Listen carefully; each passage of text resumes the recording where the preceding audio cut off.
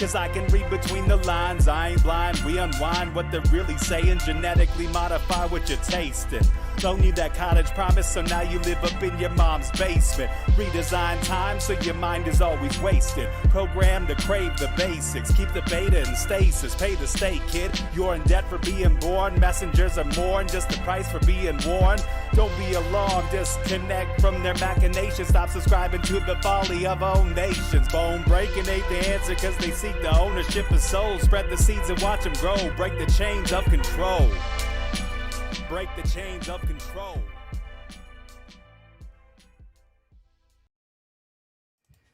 Sweet eternal balance of all that is good, true, and beautiful, friends. Rogueways is very lucky tonight to have with us yet another gifted human connected to messages of source and love, and who has developed an amazing skill of translating those messages into ways that we can understand and utilize in order to transmute our elements into their most crystallized versions.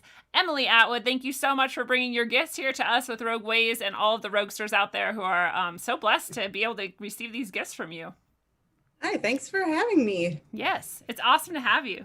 And before we get started, I like to remind people that they can check out rogueways.org. Right now, the next two people, actually, because I've already had to give a bunch away, but the next two people who make any orgone order, so whether it's the pendants or the plaques or the earrings, whatever it is, you get an additional free either pendant or earring or whatever I have. I have a couple left to throw in for people, so 2 more people will be the lucky winners of that giveaway. And then, you can grab a tarot reading. There's guidance sessions, there's classes, getting a lot of all of those lately. So I'm happy to be here to support you. If those things call to you, please do check them out. And you can always support the show at subscribestar.com/rogue-ways in order to get more content and also keep the show going. And I love that. Thank you so much to all those people out there who are supporting in their various ways. And Emily, I always like to start the episode with a pointless question of the episode. And for you, I was going to ask, it's not so pointless. It never really is that pointless, but I still call it that. But I was going to ask you what your favorite thing is about the new moon, since we're in that new moon energy right now. Ooh. So I like to set new intentions on the new moon. Perfect. So I often check in. I have grids, crystal grids all around my house everywhere.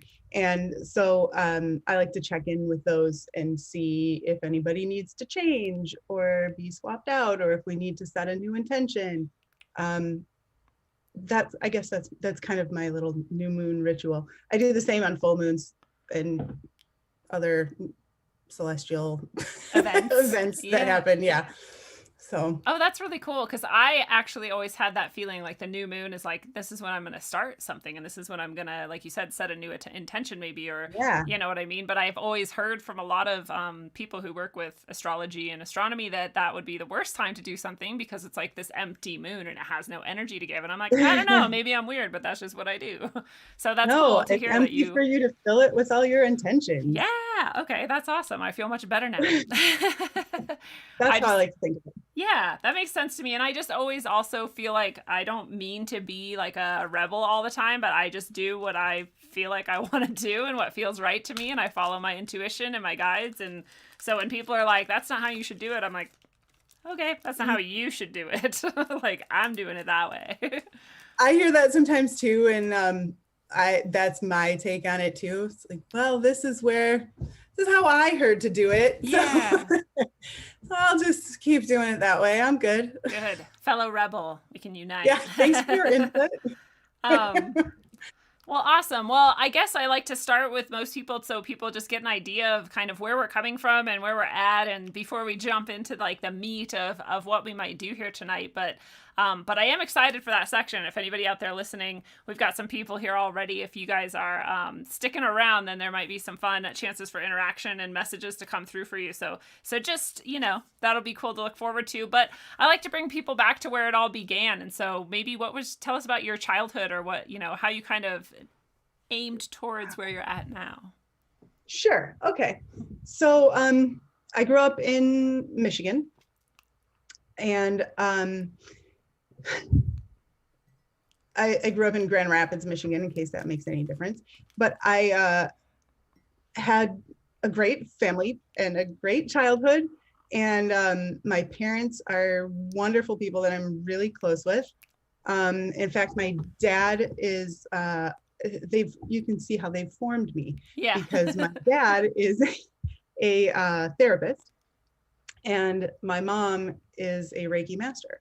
So that is sort of kind of blends what I do together Yeah. in kind of this really cool way.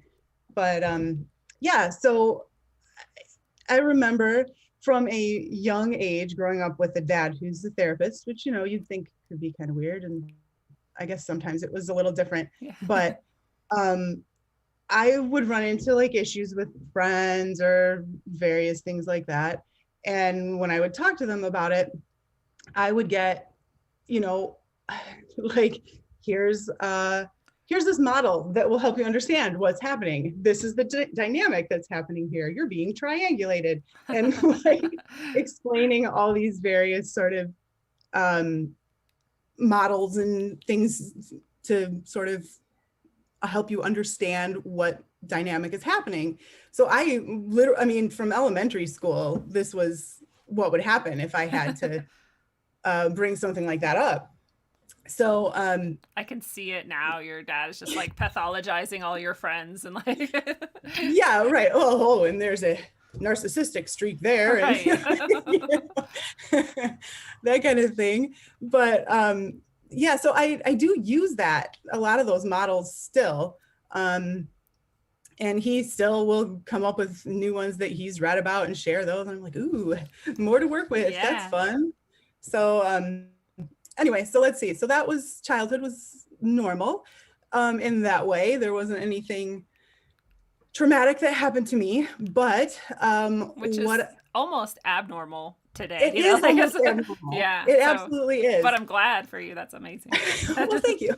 But what became sort of so this is, in retrospect, I'm able to have had a conversation with my dad about this, where he's talked about how sort of clinically I presented as someone who had been abused or otherwise traumatized.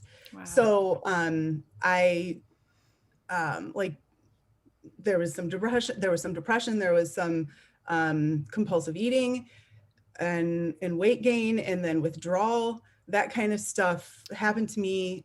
You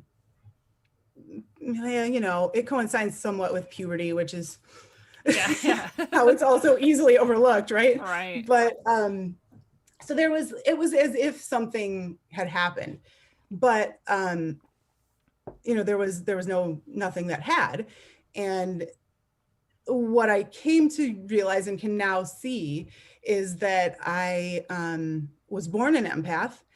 And that means a lot of different things for a lot of different people. Right. But for me, what it means is that I literally become other people.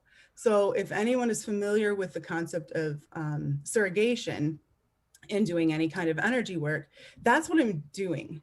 So when all day long, and from the time I was a child, I was popping in and out of other people.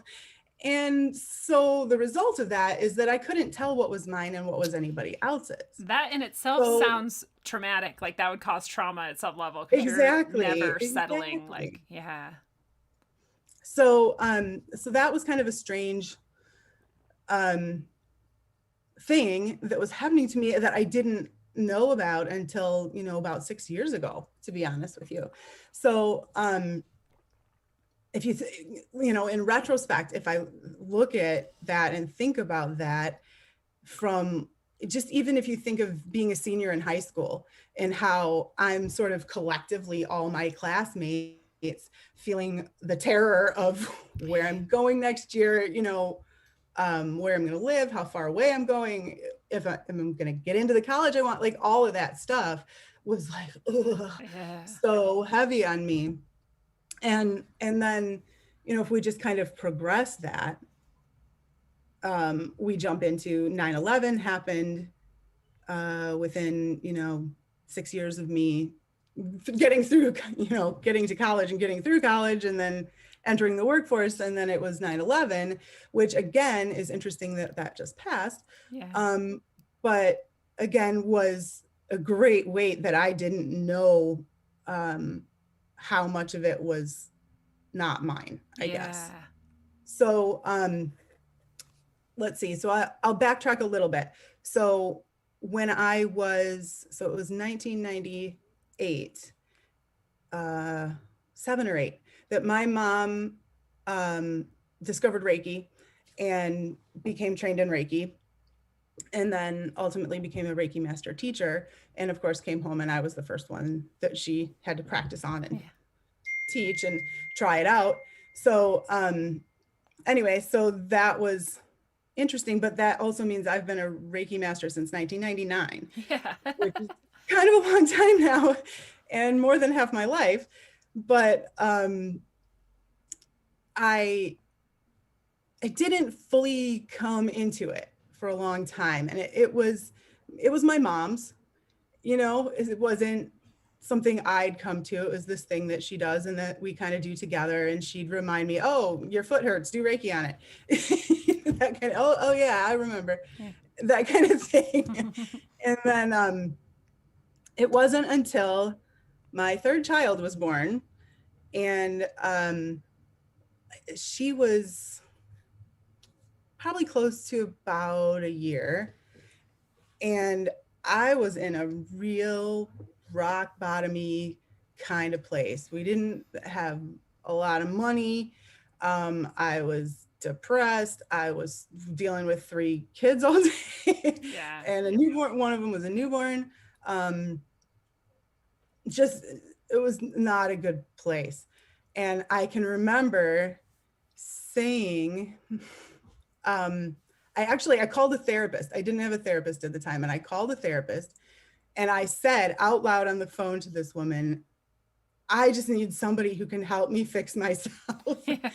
And, like, that was the moment of sort of soul willingness on my part. And it kind of all flooded in after that. Wow. You asked for help, and so it all came together. Quickly. Yeah. Yeah. So it was like, that's what I just really wanted, is to fix myself and know what was going on in my head. Mm-hmm. And then on top of that, I was watching my kids struggle. And there's nothing like watching your kids struggle with the same crap you struggled with to make you feel like something has to happen here. Yeah. So so that sort of catches us up to that point where everything sort of started coming in. I still didn't totally understand what was going on until a friend who's been a big teacher for me said to me, well, it's because you're an empath. And I was like, oh, what does that mean? So then I had to go look into that, and I was like, oh, this fits me exactly. This is exactly what's been going on. And then from there, it's built and built. Yeah. To what I do now. Wow. So did you actually go through therapy, and was that helpful, or was that just sort of a step that you needed to take almost like subconsciously to get you towards accepting other types of help, or was it both? Or well, okay, so I've been through therapy, multiple times throughout the course of my life. Yeah. So that was just the most recent time. Totally. Some of them have been helpful. Yeah. Some of them haven't been as helpful. She was not very helpful. Yeah. And I did it for a while, and then I was like, you know what? I'm just showing up here and telling you all these wonderful synchronicities and cool things that just happened to me, and I think I'm good. I can do that with someone else. Yeah. yeah, exactly. So it didn't last very long, but I gave it a go. Well, that's cool though, that it like sort of seems to have triggered the other things that manifested and like cascaded along to bring you into realization of your gifts and what you could do. So how did that sort of come together?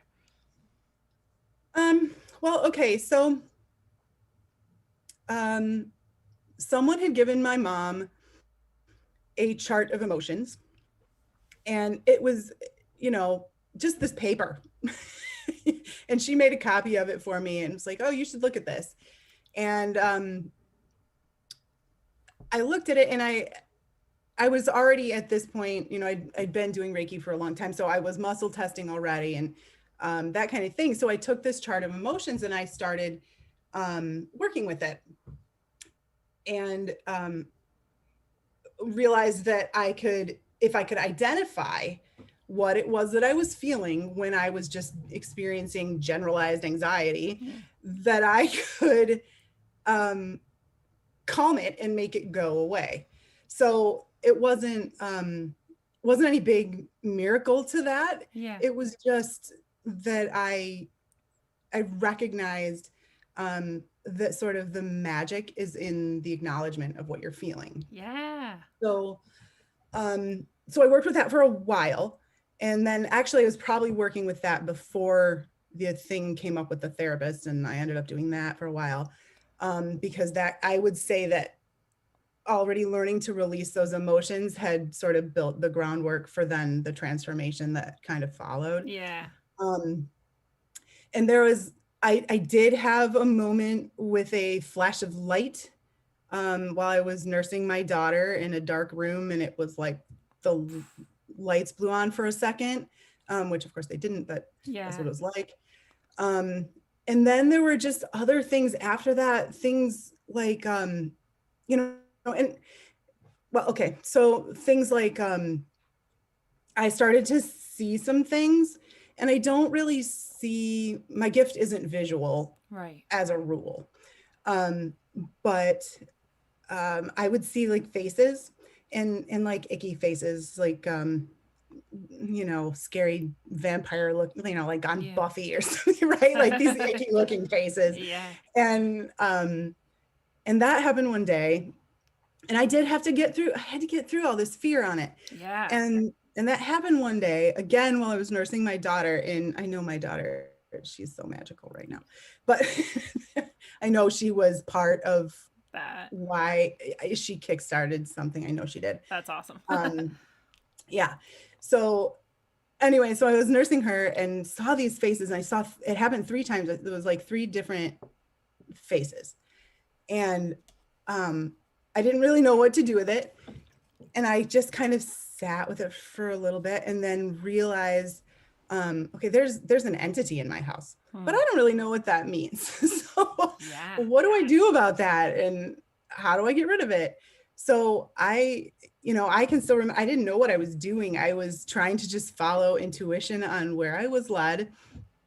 And I went into my basement and I lit candles. I knew I had identified, like, it was coming from this corner in the basement. I knew it was there. And I knew it was fear-based. I knew it was fear, and we had been living with it for 15 years. Wow. And, you know, and I just knew it had to go, and we couldn't keep living with it. Right. I mean, just in general, who can do that? Right. So,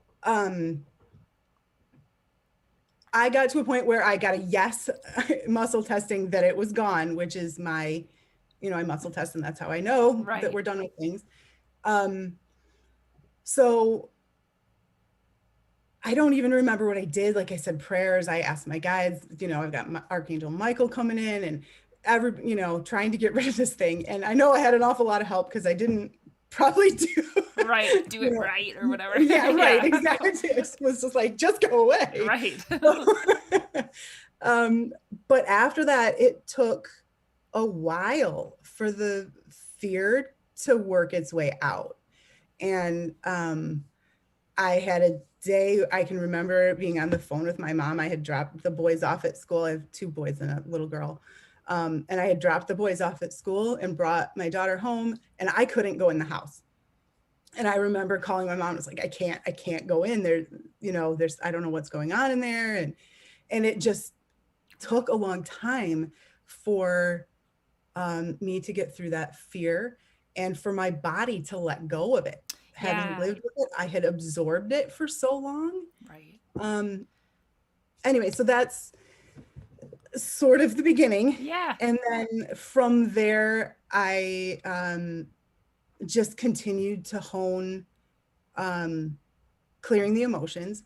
And I still wasn't quite doing it the way that I do it now, because somewhere after that, this wonderful practitioner that I was seeing mentioned something to me about Psyche, which is another healing. I'll tell you in a minute.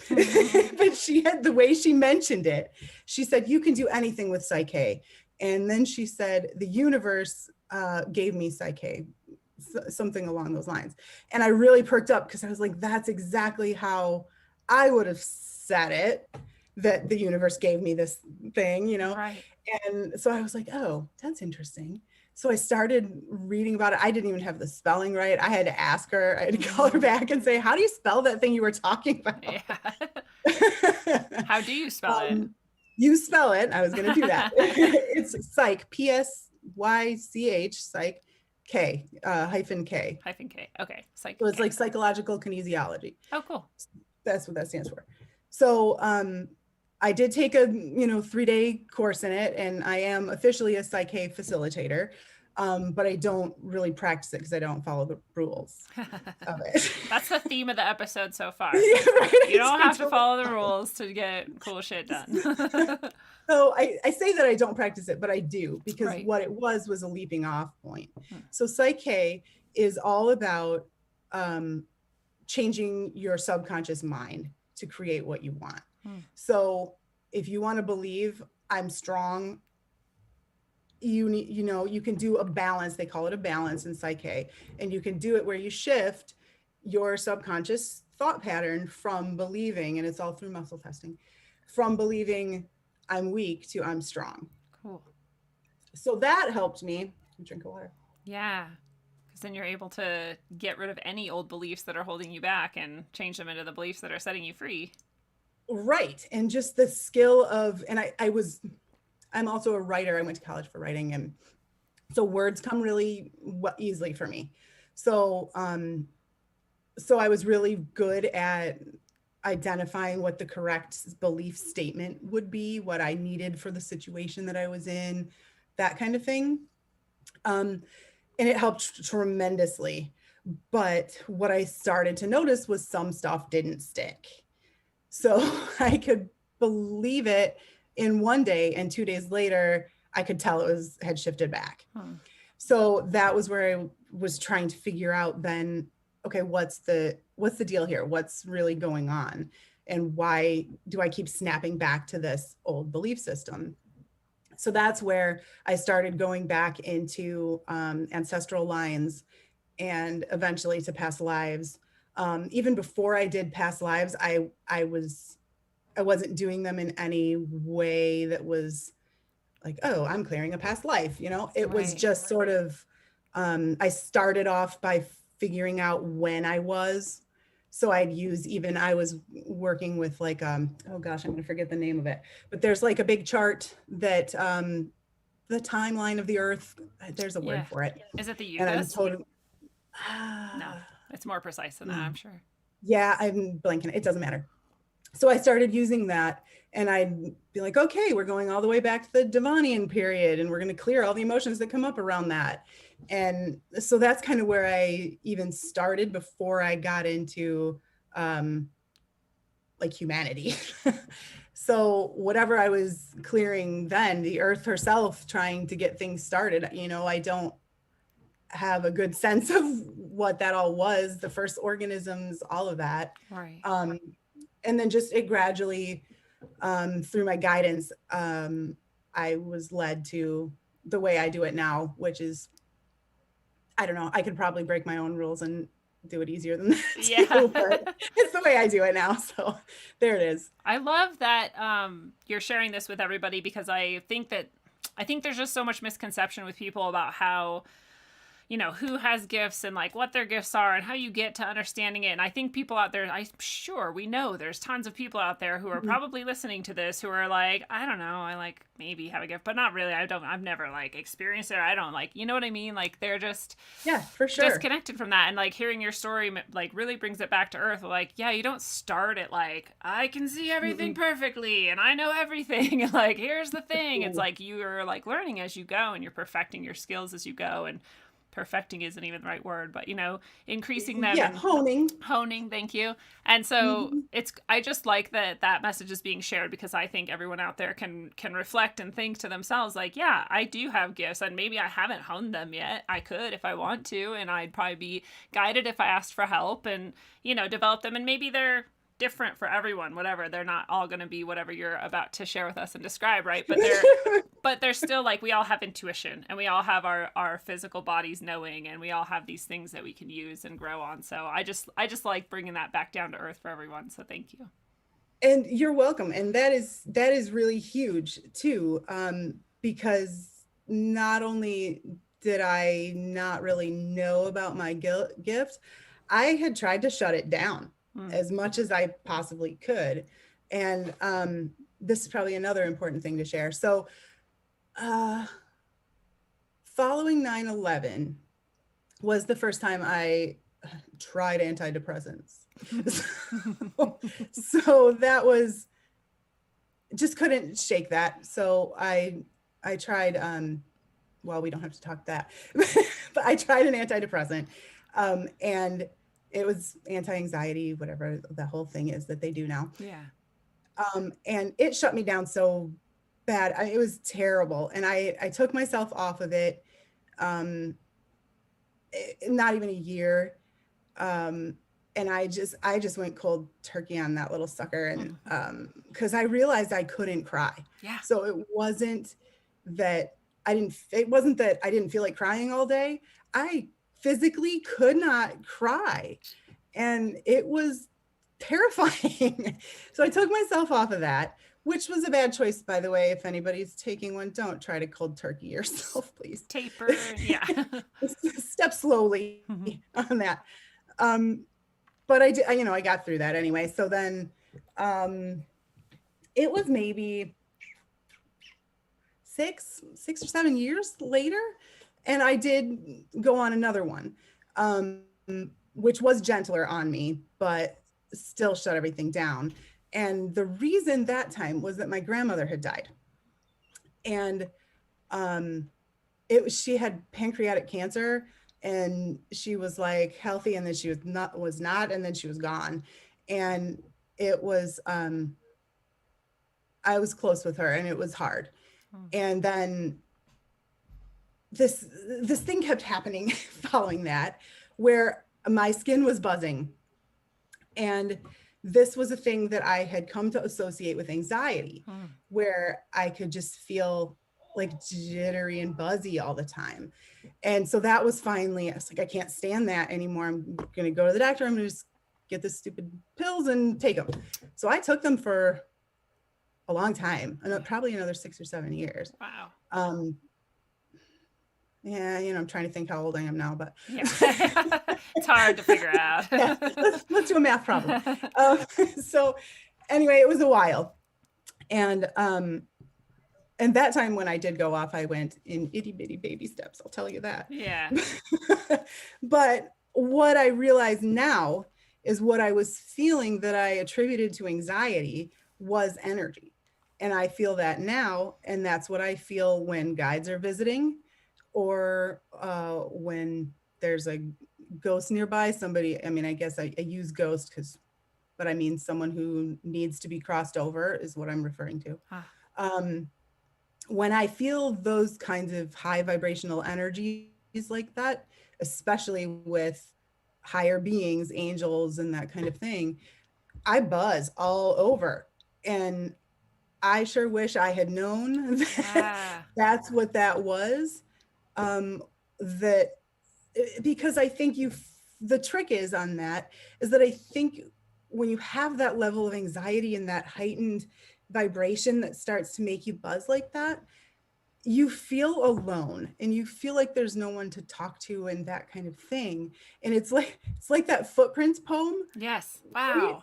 Because it's like, that's actually that moment when your guides are closer. Yeah. We just don't feel it that way. I was thinking of that exact poem this morning.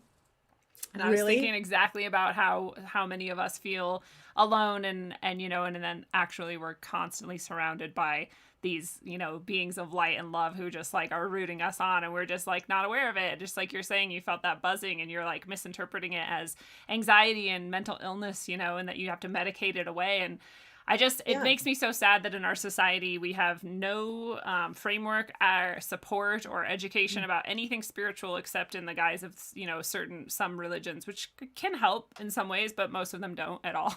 In fact, for some people, works for some people. But if you go to, which I have done, if you go to some of these spiritual leaders at various religions in these churches, and you say, "Oh my God, there's like these entities," and they're like, "You need to go to a psychologist. You're not well," and you're like, "Well, fuck! Like now I'm screwed."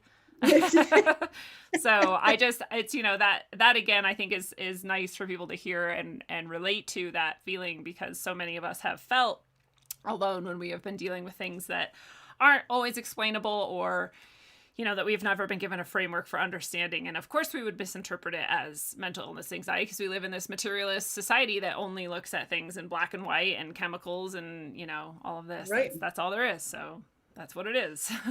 Right. And, when I go to my doctor and I say I'm having panic attacks or whatever, they're not going to say, "Oh, go find an energy worker." Yeah. Go find somebody who can do Reiki on you. It's, starting to be a little more of that now, maybe. Yeah. But a touch. it sure wasn't 20 years ago. I'll tell you that much. Right. I feel like we should talk more about guides. Is that okay? Absolutely. Okay, so I want to share this about guides because I think people have guides that they don't know about. Yeah. So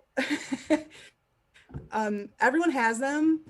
And in the beginning of my journey, what I noticed was that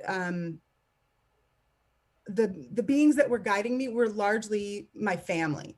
So my grandmother, who had passed, and I'll have a few of them, but other family members who had passed, and I could feel them coming in, and I knew it was them. And then it kind of graduated into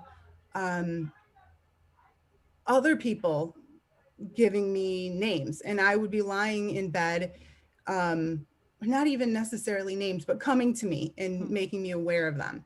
So I could be lying in bed in the morning in that, half awake, half sleep thing. I do a lot of work then. Yeah.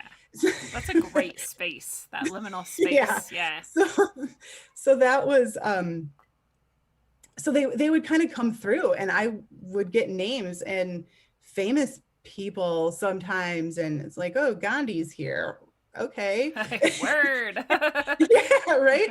So that kind of built, and I really think what that ultimately got me to was a realization that I'm important. And when I got to that point, it was like, because I kept thinking, well, why is Gandhi showing up to talk to me? Who am I? Yeah. And what am I here to do?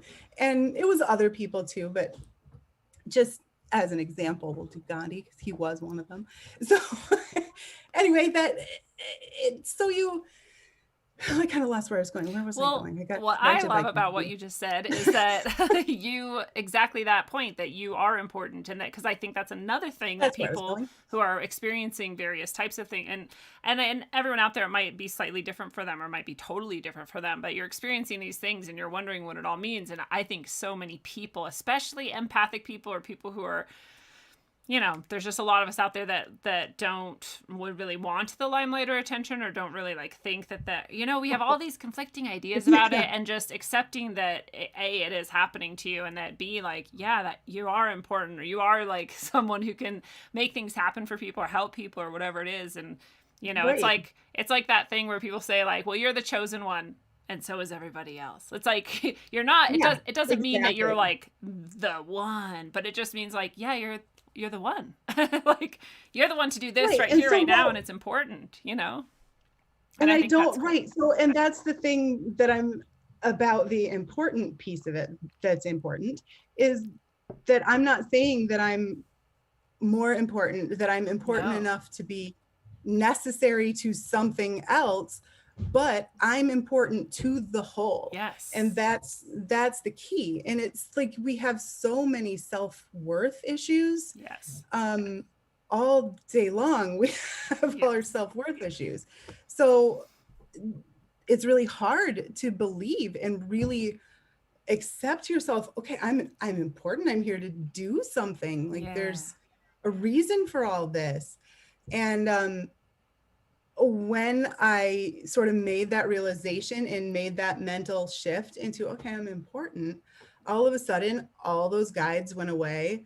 And I was aware that the whole universe was there. Ha! And it was just like, who do you want? They'll be right here. Yeah. What's next? So it was really interesting, to say the least, to have that experience. Well, thank But you that's the for thing being that, bold enough for stepping into it and acknowledging that you're important. hey, thanks. But it's, you know, I think that's the thing, that my message there is that we all are important, and every bit of this work that we're doing is all a part of the whole and making a big difference. And it is important. All the stuff you're going through that sucks right now is still contributing to the whole of what we're all here for. Yes. And that, like, exactly what you said. How can you trust in the messages you're getting or the experiences that you're having if you haven't accepted that very fact that you are important enough to have them and to understand them and to do this, you know, this work here? And I think it's cool too, because like we've both maybe hinted at throughout this conversation, but you know, we said it before we talked tonight, that everyone out there listening tonight is listening for a reason. Everyone who's listening to this podcast later in the future is listening for a reason, and these things we're talking about are going out like exactly to them. So if you're sitting there thinking like, yeah, they're probably talking about some people but not me, like, no, we're talking about you. We're you right there right now. And that's a big deal too, to acknowledge the synchronicities of whatever it is that brought us all here tonight to be doing this together. Yes. That's awesome. So I feel like we should do something. Yeah. Yeah. What do you feel we should do next? Well, let me see. Okay, so this is where I'll sort of talk my way through what I do. Okay. So I muscle test. I'll probably either look down or close my eyes to cut out distractions. But so I get a rock. so a yes, a no. Okay. So I just go through and ask questions. So I also hear things. It's not voices, it's my voice. Yeah. It's my voice, but it's a thought that I can tell isn't quite mine. Right. So, so anyway, that's the kind of two things I'm working with while I'm doing that. So the guidance thing, when I'm working with somebody, I'm always working with their guides and my guides together, because all of that is going to help us see what I can't see. Yeah. So I see primarily in connections. And so I don't see, you know, every once in a while those faces, but I don't see like someone's walking down the stairs and we're going into a temple. And you know, it doesn't work like that for me. Yeah. And I know a lot of people that it does, but it doesn't for me. And for me, what I see is how we're all connected, how we're related, how the 2 or 3 people that I've talked to today are working through the exact same issue, that sort of thing. So, so yeah, okay, so that's another little background thing. Yeah. What I do also is I always work with priorities, is how I would refer to it. So by that, I mean that I will either put things, if I'm working on my phone, I have things in a massive list and I just run through, like, am I going number 1 through 10, 10 through 20? And I'm helping myself along on what to tackle next. Yeah. So, so I'm a big, you know, I look for the next highest priority, essentially, is what I'm doing. So, give me just a sec here. No problem. To see what our highest priority is at this moment. Awesome.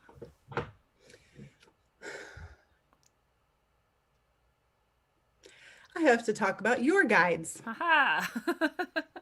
Sorry, everybody. Okay. You'll get a chance too. We'll start here. So, are you aware of your guides? I know a few of them. All right. Well, okay, there's three of them that want to show up and tell you they're here today. Awesome. Okay.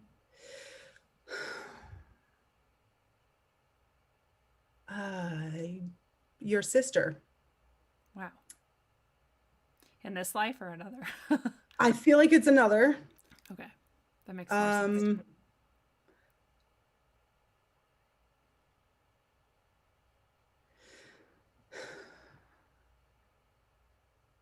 Yeah, it was a past life and you were tight and I feel like working together. And when she died, she sort of vowed to stay with you and help you, guide you along the way. She stayed with you for more than that lifetime, which may mean there's something to release there. Not that I want to belittle the fact that there's that much love, but vows are tricky and you don't really want them to, she probably needs to be free. To be released from the vow, yeah. Yeah. Okay, I'm happy to do that. So just grabbing my notebook. Okay, that's not our high priority, but we'll just I'm gonna write it down. Okay. Me too. And then let's see. I don't know why I asked. Okay, Kuan Yin. That's who it is. Here. Yeah, and I don't know why I asked because this is my Kuan Yin statue that had to be with me at this table. She doesn't normally live here. So I probably knew she was here before she was here. So that's cool. It's crazy because I was told by another, seer, vision, or whatever we want to call our people, whatever we want to call ourselves, that I had this guide and they were describing it, and in my head I was like, Kuan Yin, I was like, that's way too high. It's just like we were just talking about, like, that's way too big for me. Like, that's got to be someone else. But that's awesome. And then one more. Wow. Whoa. Okay, the grandmothers. I've never had that as a guide thing before. How very interesting. Is it like a circle of crowns almost? I was seeing it more in a line in the brief sort of sense of it. But it's like all the grandmothers. Mm-hmm. So there you go. They're here to help you with some lineage work. Wow. So in whatever capacity that is. So something that's going on. But I don't think any of that is our next highest priority. But you needed to know it. Thank you. So there we go. It's all three of those like put a lot of things together for me that I wouldn't even be able to like necessarily express easily. Oh, so good. I understand. Good. All right. So then where should we go? Okay, let's go to, so I can't see the chat, so you have to tell me do we have people who are wanting to participate? We haven't, I don't know if anyone knew that they could necessarily. Yeah. So if you guys are out there, I was wondering that too. And you have, let me check through and see if anyone said anything recently that I can see. So even if just everybody kind of wrote in me or something, then we can, we'll figure details as we figure out who we're working with.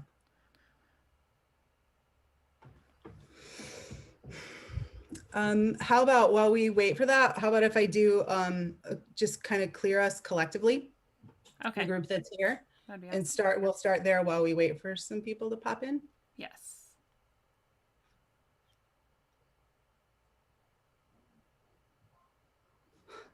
Okay. So I write everything. because it's almost like in one ear out the other. Yeah. It doesn't stay. So, and if somebody said to me, "Oh, remember that thing we cleared, Like, 2 months ago?" No. No. 2 weeks ago? No. No. Yesterday? No. No. I remember it was important. Yeah, I know. I'm like, I remember the feeling of it. I know it happened.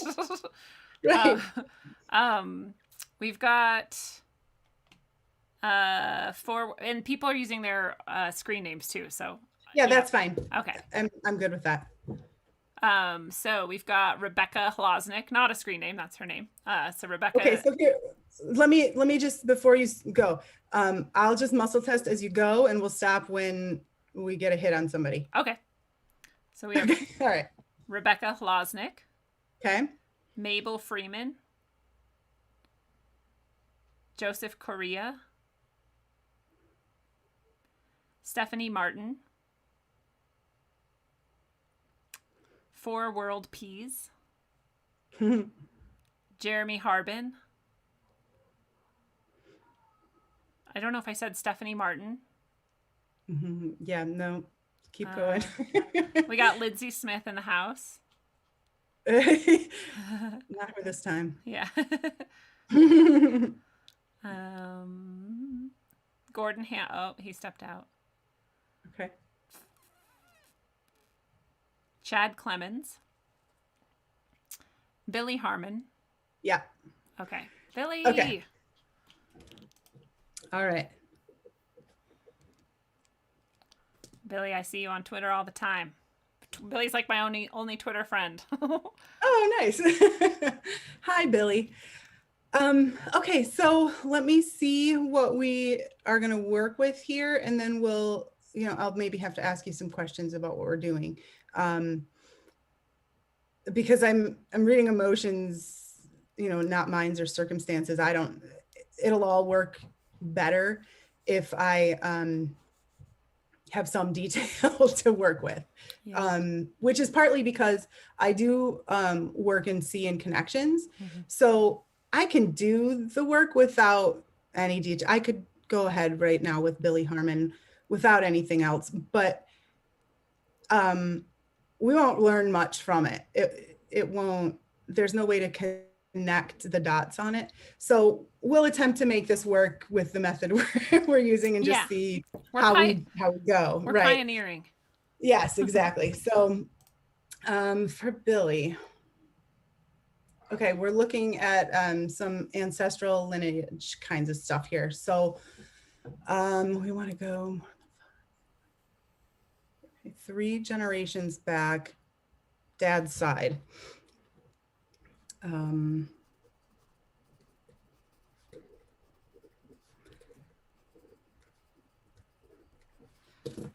All right, so most people don't know too much about 3 generations back on their dad's side. So we're just gonna kind of clear it and see what comes up.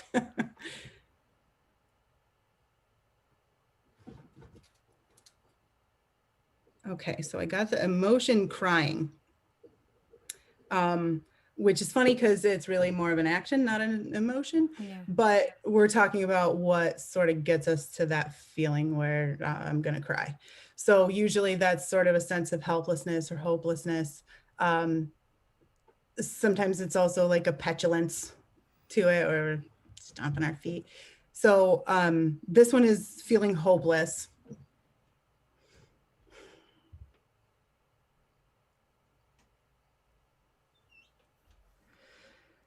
Okay, that I would be able to gain back what I've lost.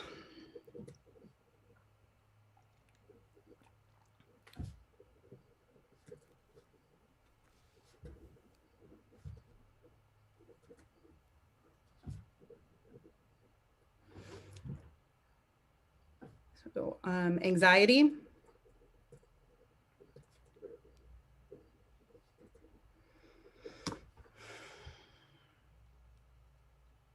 That this is a permanent loss I will never recover from. And I'm not going to waste time writing. So we're recording. So true. We need to go back to something I'll probably know to write it down. So.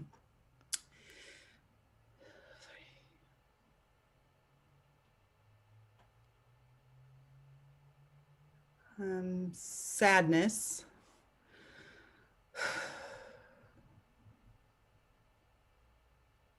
over the loss I've experienced.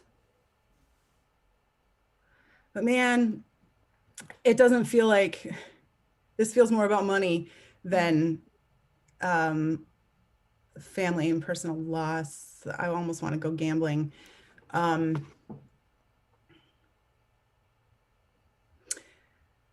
No, it's not gambling. It's more like business risk, I think.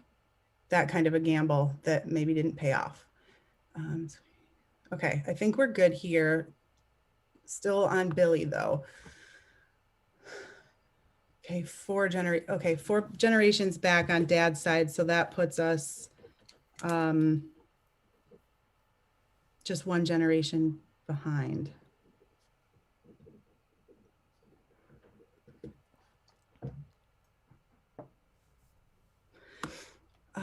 Worry.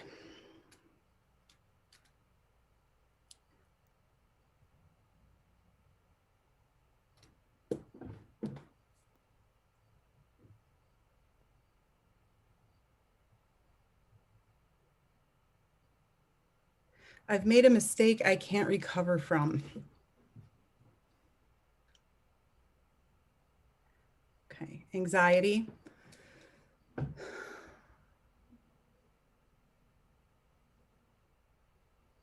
Okay, this one's anticipation. Okay, anticipation of my next big loss. Okay, that's all. All right, we're moving a little closer now, 2 generations back on dad's side.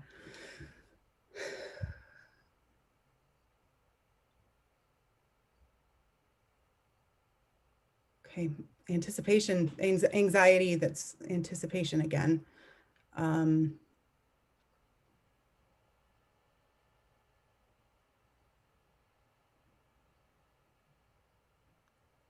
Of never being able to breathe easily.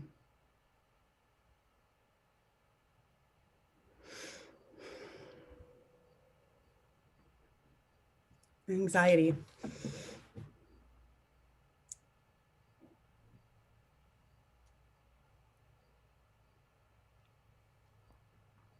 Of a lifetime of this crippling debt.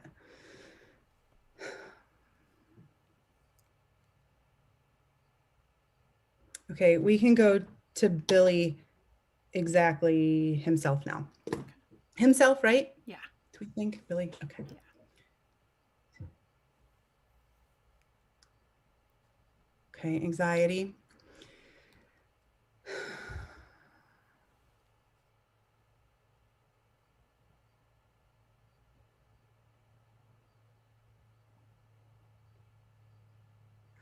Fearful that the world doesn't hold anything for me.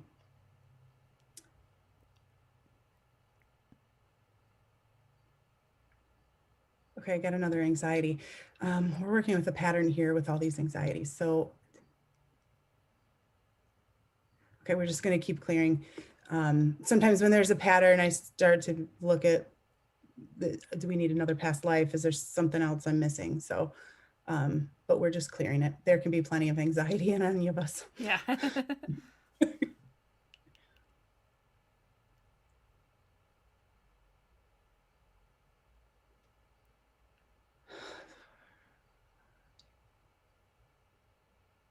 Bitterness.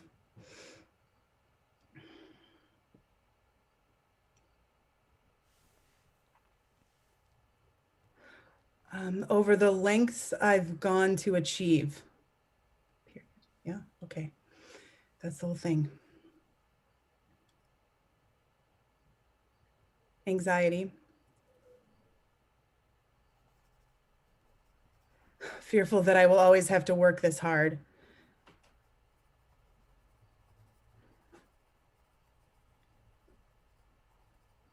Okay.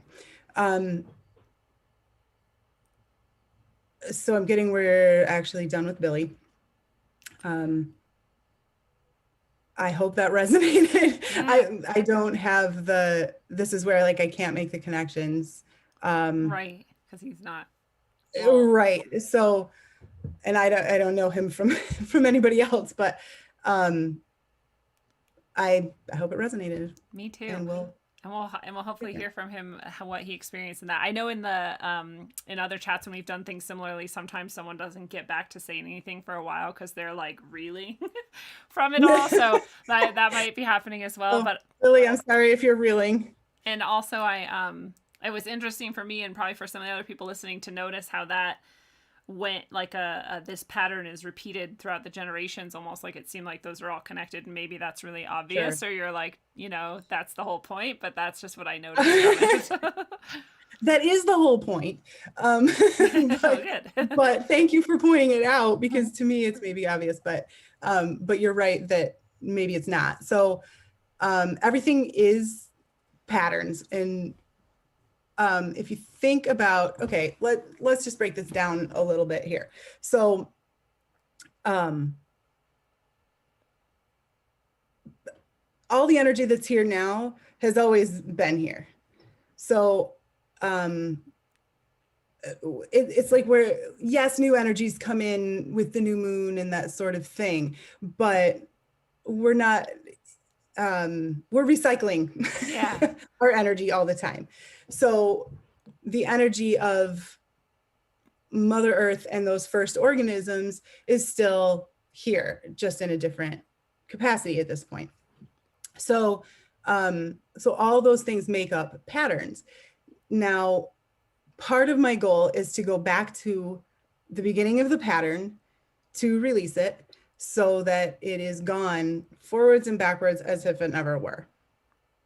And I probably could have mentioned that ahead of time, but that is what's happening here. That's awesome. So this isn't just a matter of like, oh, hey, these were those emotions you had, and your ancestors had. Yeah. Have a nice day. It's we are actually clearing them away as if they're gone forever and they never were. And how freeing. So, yeah. So the thing that's important about that is that if we go all the way back to all those other organisms, or even, let's just not even go that far, right? Let's go back to 2,000 years ago, humanity, right? So whatever was happening 2,000 years ago, there were these events and everything, but let's say that if we are working through a past life and we have to go back to 2,000 years ago, whatever happened then got passed down. So it gets stuck. I'm trying to explain this in the best way, but it's kind of a big concept, I feel like. So it got carried down by the people that experienced it then, who are, they were living through it, held on to it, didn't let it go, held a grudge, whatever it was, that then they passed on. But, and then, okay, hold on. They passed on, I'm finishing my thought, to their children in many cases. So that's the other thing that is important about that, is that in the way that cancer or something is genetic, we're also passing down emotional patterns, which is maybe why cancer is genetic, but that's what we're kind of working with here, is those levels of disease and discontent and fear and all that we then pass on to our children. Like, how many parents are telling kids, don't go out, and talk to strangers and whatever. And so so it happens that way, but it also happens by literally passing on the energy of our trauma in our cellular memories. And that sort of wraps up into our whole DNA and all of that. So when we're going back to whatever happened 2,000 years ago, those people that happened to, let's say famine, okay? So those people that had a famine, then their children went through that, they passed that on. Those parents, it's even the Depression is a good example of this too. Like how those people who suffered with that lack, well, then maybe they pass on the lack, and then they pass on don't be wasteful, that kind of thing. And all that thinking just keeps getting passed down forever and ever. So that's happening. Then beyond the sort of genetic pathway of it, there's also past lives that happen. So when those people die and their energy disperses and then comes together once again as another individual, then that ends up being another situation there where then that person who's that other individual a second time now has children, and now we have another timeline of ancestral line of people who have that same pattern.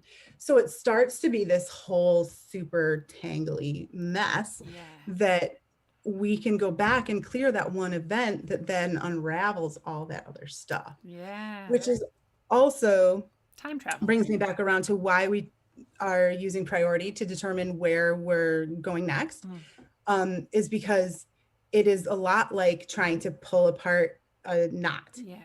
So if you have a big ball of yarn, you're trying to pull it apart, you yank this one, oops, it just got tighter and you'll never get it out.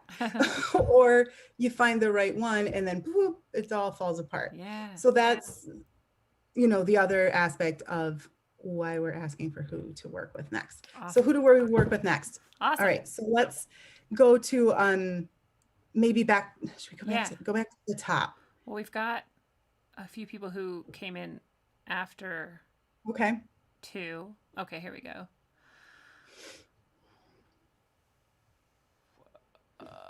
So the new ones I hadn't mentioned yet was Chris MC. Okay. Carolina in the Pines. And Dakota is Moonblade. Okay, that one. Okay, I thought so. Okay.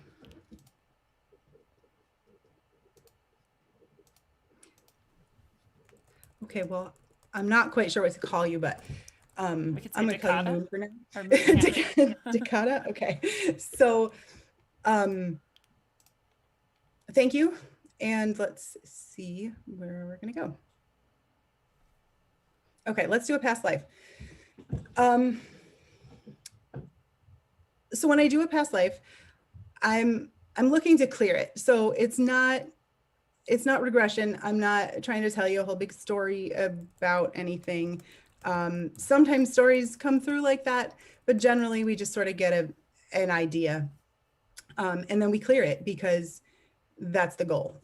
So we're not after a lot of extra work we need to do. So we're going to go back on a timeline.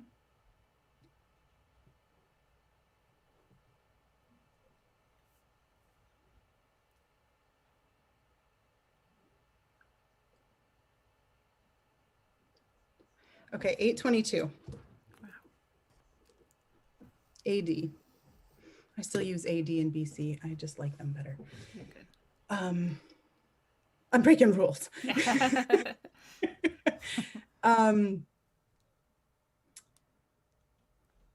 Okay, so this is where hopefully he or she, I don't know. We have no idea. Okay, so hopefully Dakota is going to come and tell us a little bit more information, which would be helpful. Okay, so we need 2 people that were here at this time that are people that are presently in your life now.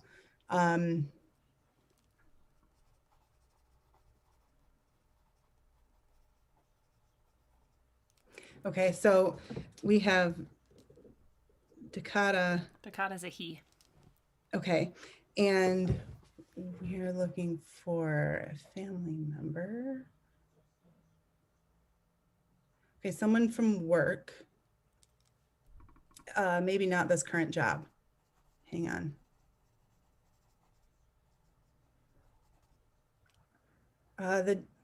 Maybe the job before the one you have right now.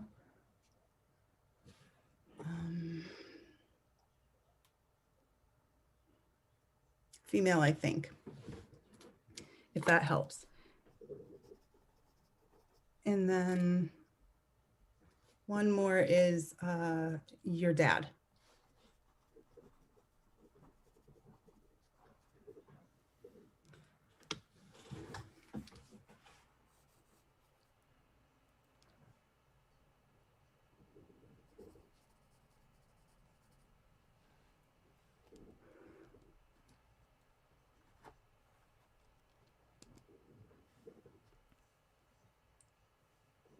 Huh.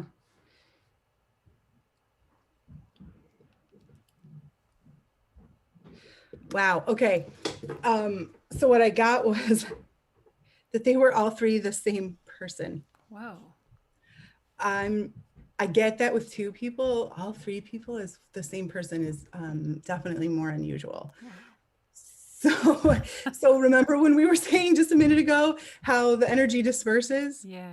Right? We're not carbon copies of anybody. So whatever this event was, those three of them sort of experienced that at the same time. So I'm going to clear this assuming that we've done enough to find whoever that other third person is, and just go with it. Okay. So the first thing I always do when I do a past life, well, okay, after finding all that stuff that we just got, is to clear whoever is there all at once of one thing. So like the collective piece that locks us into that moment. Because what I've found is that that's the piece that really pulls it apart, is the thing that we all have in common. So that's like the law of attraction, doing like attracts like, and all that. So that's the lock. So that's where we'll start.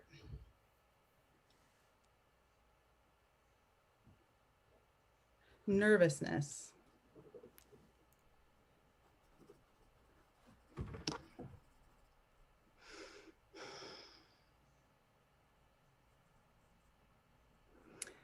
Over the way I've missed this opportunity.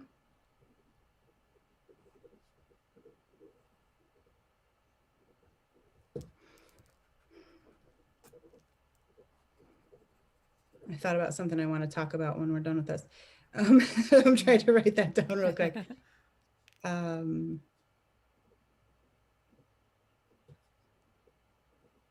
Okay. Is there any more for all three? No. All right. Yeah, Dakota. Okay, we're gonna do Dakota's dad first. So now I'm gonna clear everybody individually for whatever is kind of left at that point.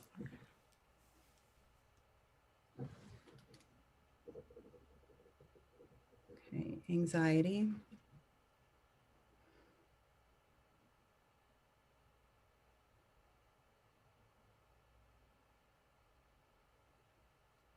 We have a lot of anticipation tonight.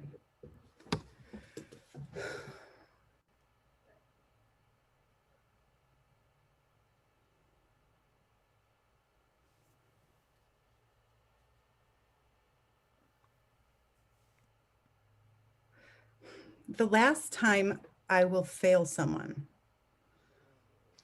Just like waiting for,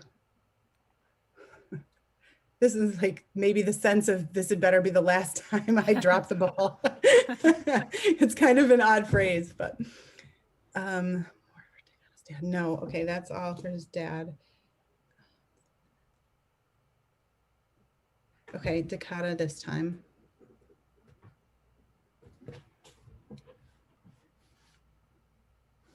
Okay, anxiety.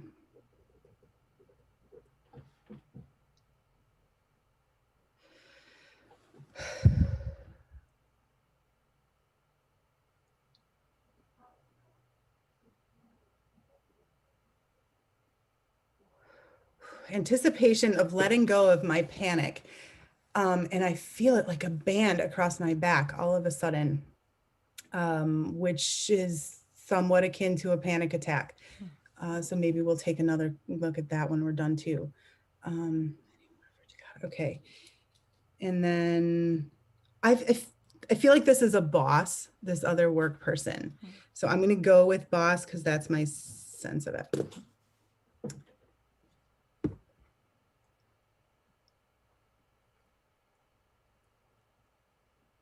Worry.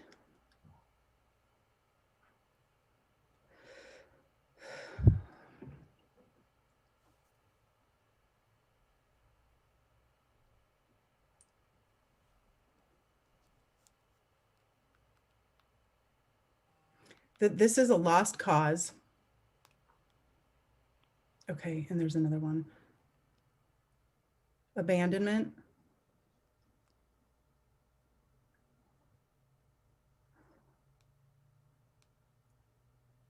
giving up on getting what I wanted out of you. Okay, so I'm gonna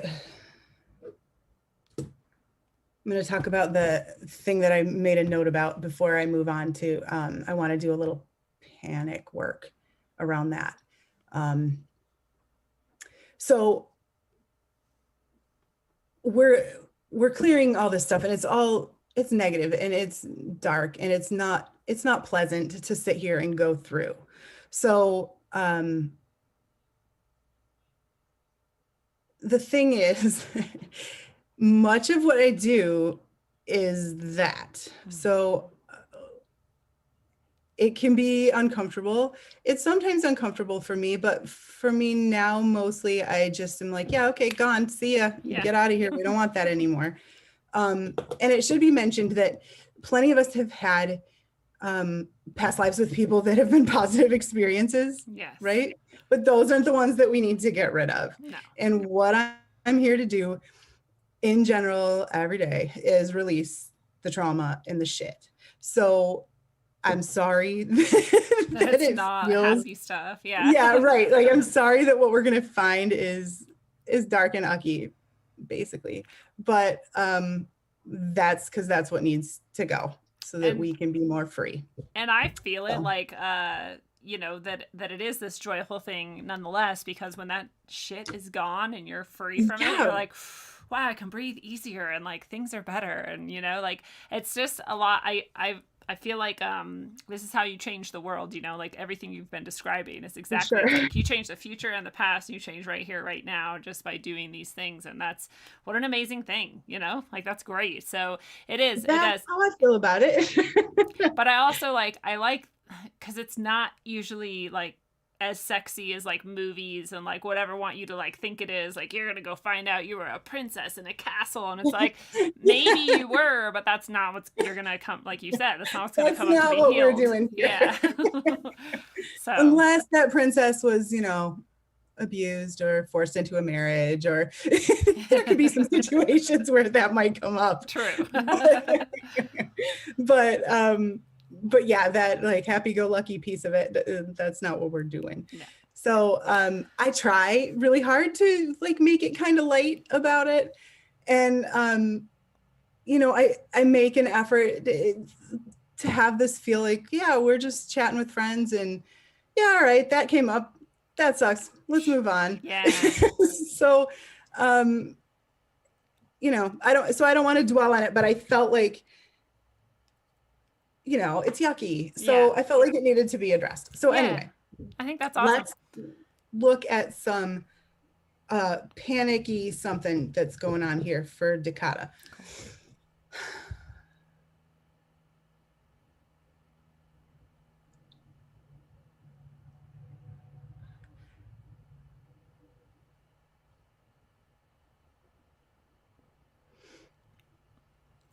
Dread.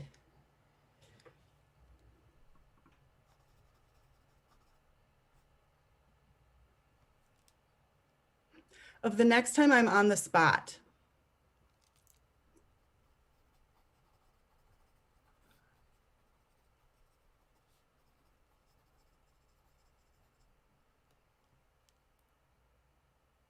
Creative insecurity.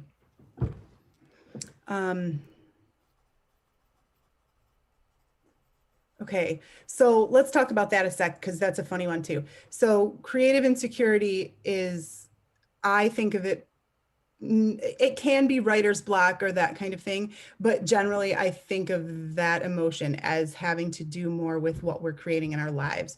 So that comes up when we're not getting what we want. So so it's more, anyway, it's more that than just like, oh, I'm writer's block or whatever it is. So this is about,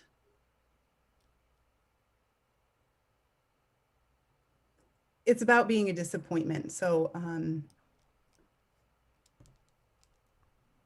I think it's just feeling like feeling like a disappointment.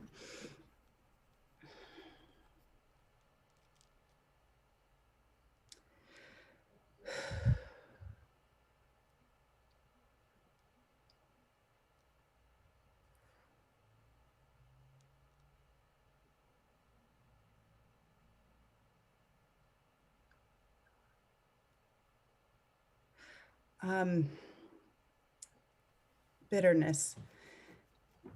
And I'm distracted by the level of the pain I'm having here, actually. It's like, it's binding. So that is actually making me now think.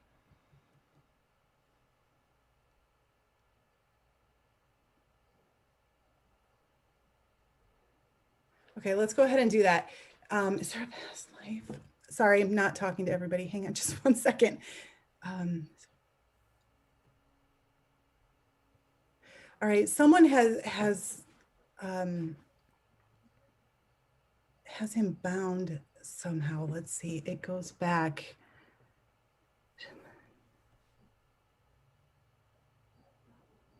Like age 7. So something that happened at age 7.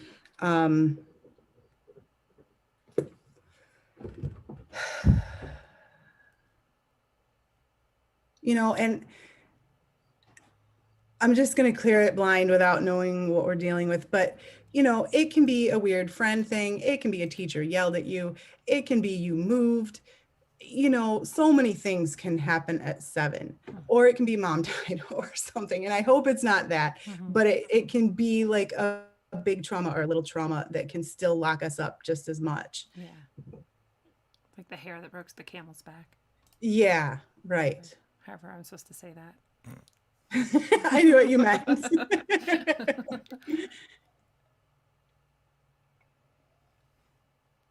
Okay, crying. All right, and it's that hopelessness again.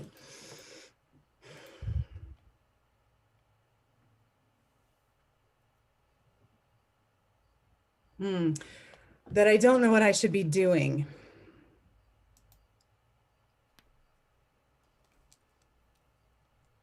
Anger. That everyone wants me to be doing something.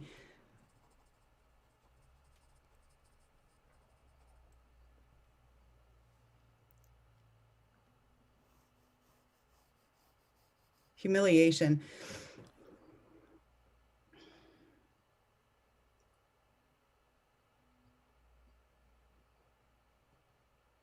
Ashamed that I can't do anything right. So I don't know that I'm right, but my sense of this would be school. And I feel like I've cleared this exact same thing over and over for my kids. So, that to me just feels like a kid who's missed a moment, and you know, but maybe it was a lot of moments.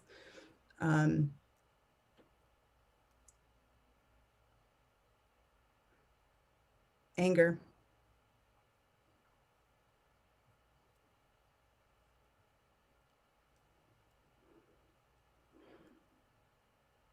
That everything I try to do is wrong. Dakota, thank you for your willingness to work through this.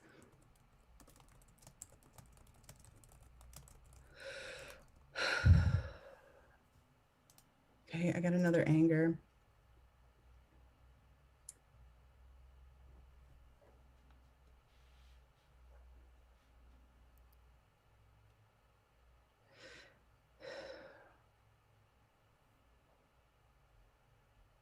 That my life is weighed down by my failures.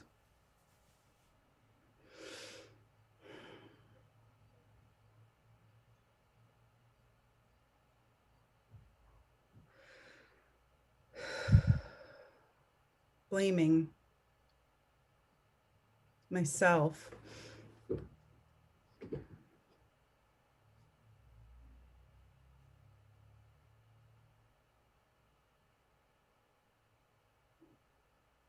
For trying so hard and still falling short. Okay. That's all there.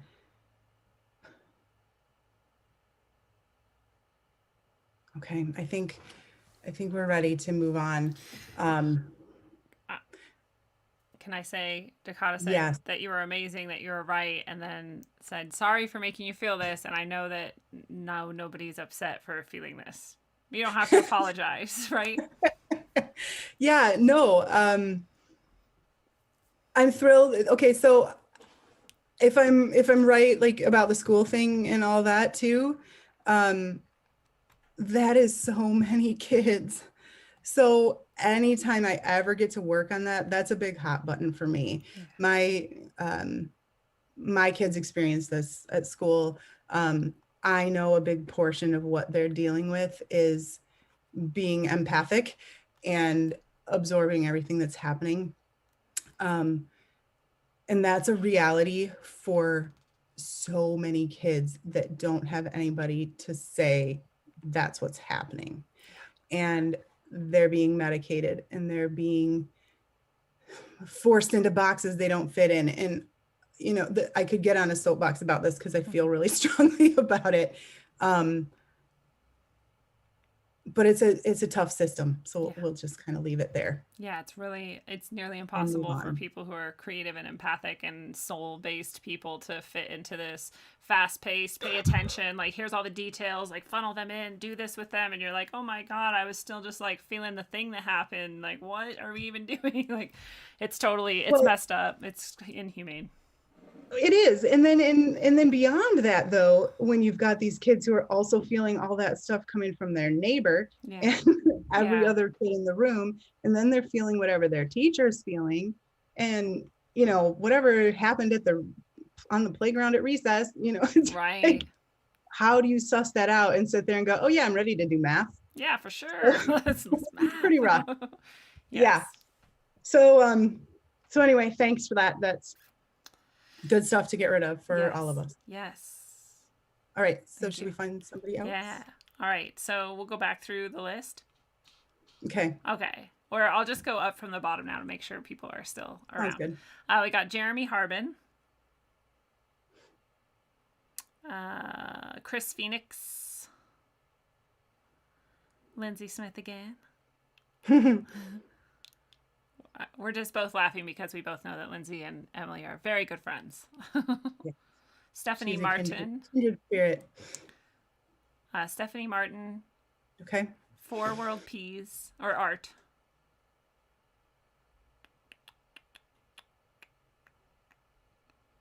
I just missed someone. Mabel Freeman. Okay. It's that one. Okay.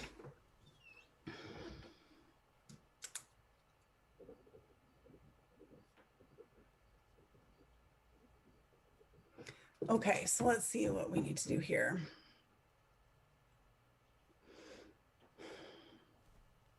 Okay, we're doing an ancestral pattern kind of thing again. Okay, 4 generations back on mom's side.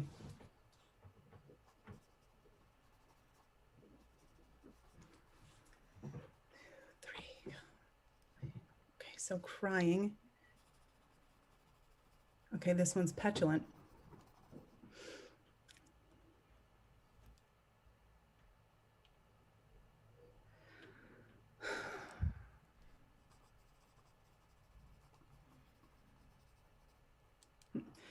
Oh, good. It's a how dare you treat me this way kind of thing.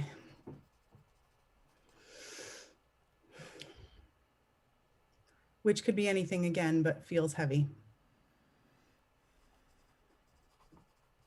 Okay, anger.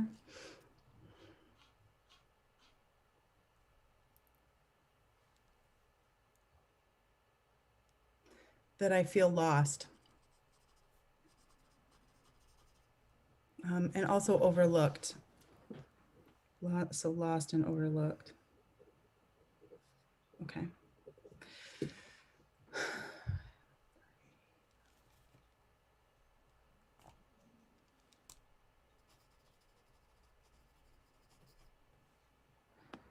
Okay, I got another crying that's petulant.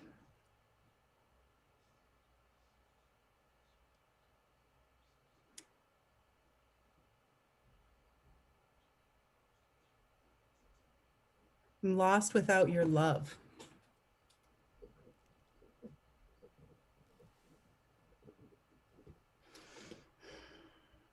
All right. So,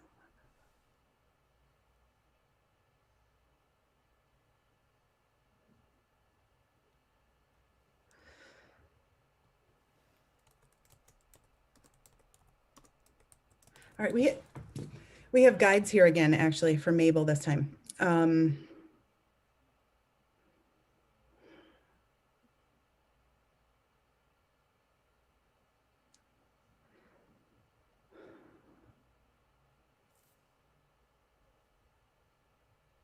One of them is coming from a past life, but I'm trying to figure out what we need to know about that.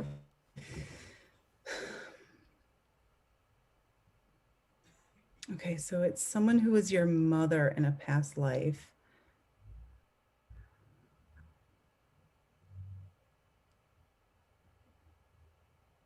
We don't need to clear it. It's not a vow or anything like that, like we were finding with yours, but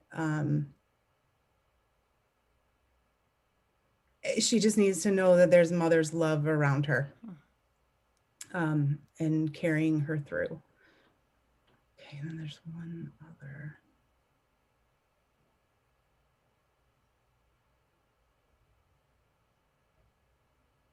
Isis? Let's bring on Isis. I don't know, she's a mother goddess, isn't she? Yeah. If I'm remembering right? Yeah, so it's mother energy for you, Mabel. You have moms around you.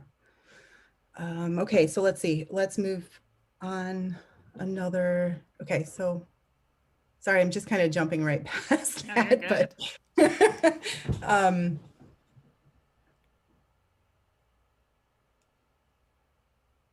okay, 2 generations back on mom's side.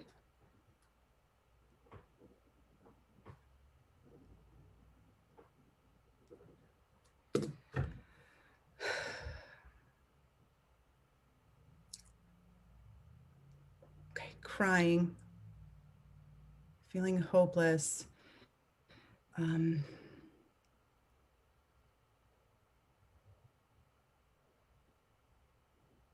That the truth would be enough to set me free. That's an interesting one.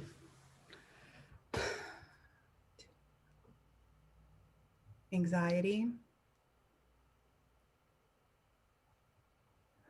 Fearful that no one will believe me.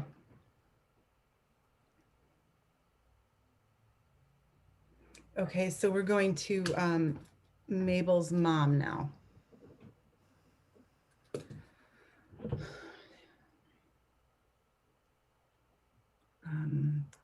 Crying, petulant.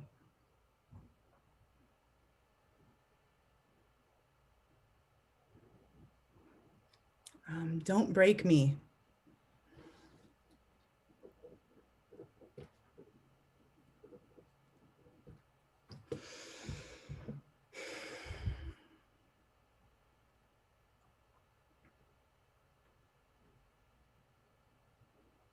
Anxiety.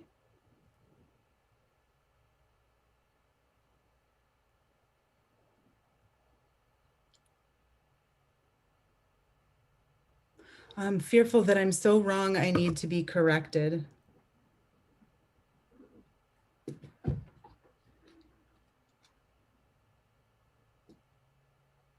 Okay, we're gonna do Mabel now.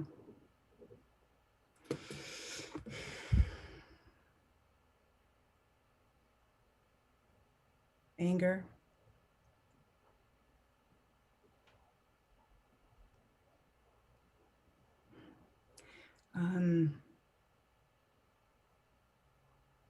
That I am a product of this union.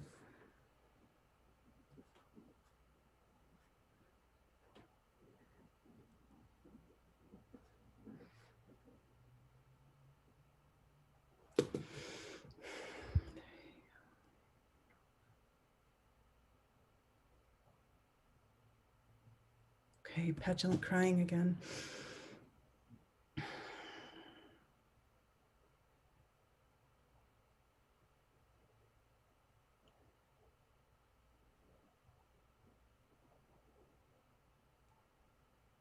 My truth is too horrible to hear.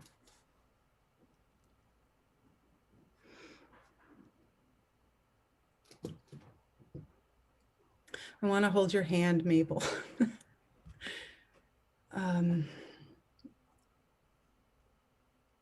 Okay, abandonment. Giving up.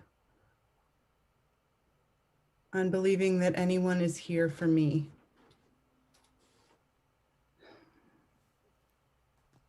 That's why you needed to know your guides were there.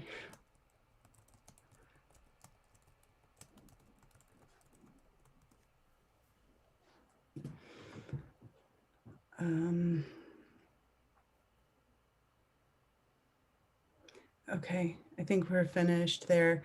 But I want to, it feels a little like we're doing hit and runs. So if anybody feels like they need support after this or wants to talk about anything that we came up with, I think you're posting my website and stuff. Yep, it's right now below the video if anybody needs to wants to check it out.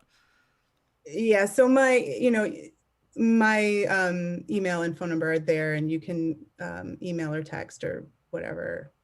Yes. If we need to talk, let's set up a talk time. Yeah.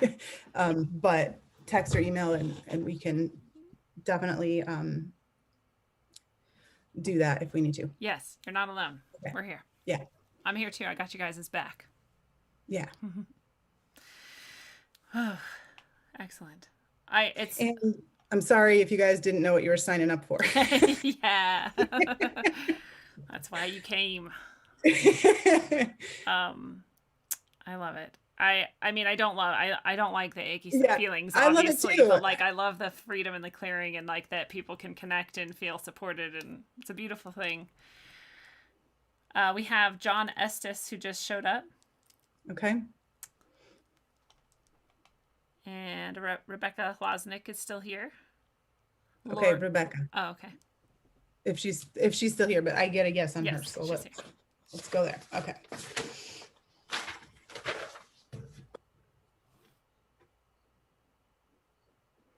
Okay. Rebecca, hi.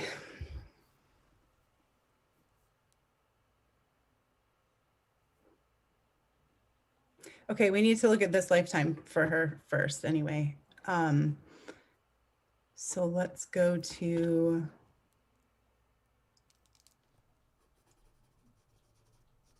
like age 3. So let's start there.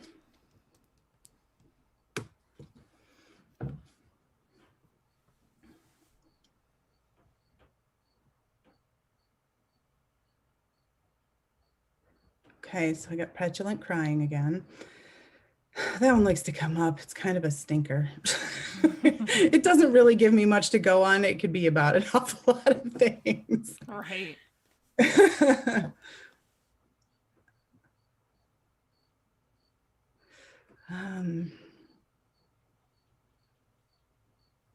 Okay, my dreams, age 3, my dreams will never be realized. Wow.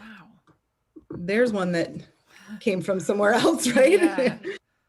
And what's funny is that I almost said, even before I started this, I almost said that one of the things we need to remember about being that age is how much of what we're feeling is actually our parents. So maybe this was something she was picking up from her mom, because I feel like mom, one of her parents. We'll go with that. Or even both of her parents, since we do tend to find each other. Yeah. Based on all kinds of things like that. We just find each other by our issues. Right. I feel it. Uh-huh. All right, so, okay, age 4. Okay, crying, feeling helpless. That I could ever do enough to accomplish anything great.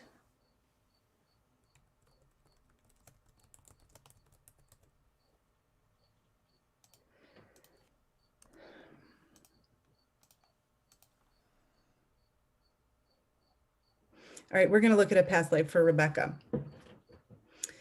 And that's not unusual. So that was a good example of how like we're following the priorities. Okay, just clear these first, and okay, boom, now we have, our next thing to look at.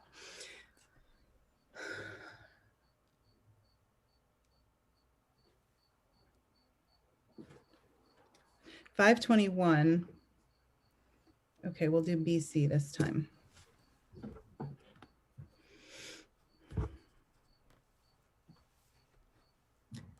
Okay, and we're going to do 3 people here, but this is Rebecca and her mom and dad. So we don't need to try to narrow down who we're dealing with. Okay.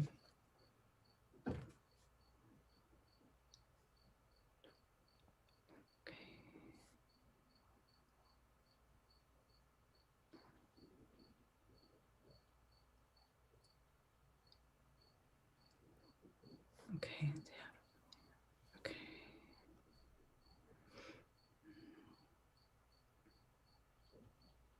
Okay. So we have 3 women here, 3 sisters. They are ages 19, 17, and 16. So Rebecca is the oldest, then mom, then dad. Let me just quickly see if there's anything I'm getting that we need to know about their dynamic, and then we'll just move into it.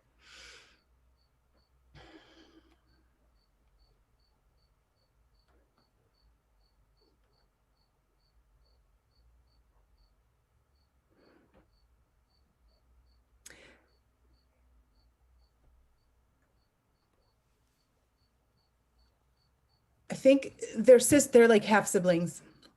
So they all have different mothers and share the same father, which would kind of make sense in those times. So more so than now anyway. But I think that's kind of all we need to know before we jump in. So first, remember we do the piece that locks it all together. So we'll clear all 3 of them together first.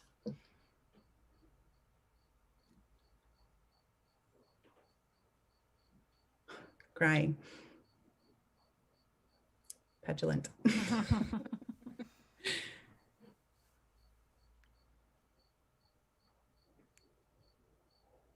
Okay, so there's some kind of sibling rivalry here, which is interesting to have in a mother, father, daughter kind of dynamic later, but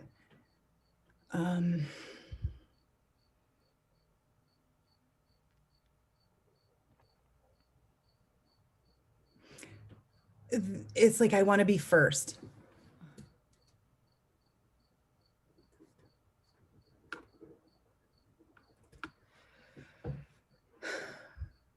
Which almost, I almost want to say it's most loved. So that's probably an aspect of it. Okay, so we're gonna do dad first. Anxiety.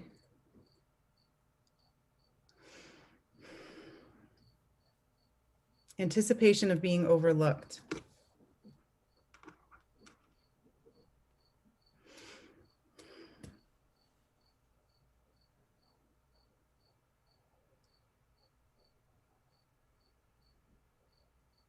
Discouragement.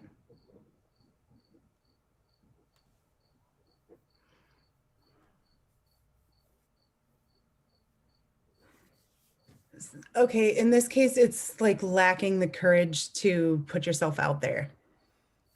So it would be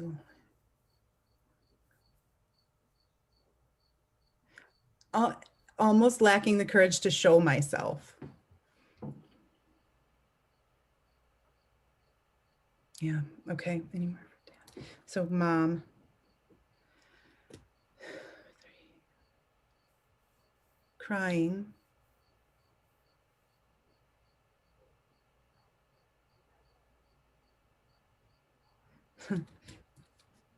You know it already. Yeah, I was just gonna guess. Petulant.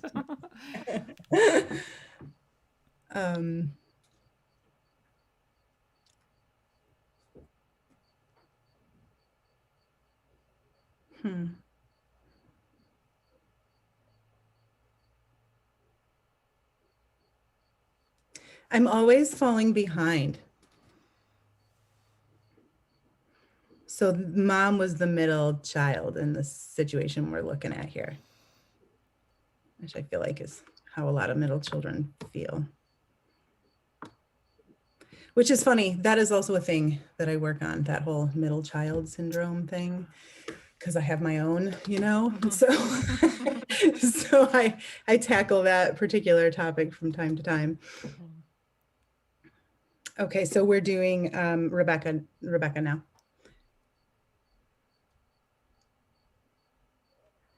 Lost.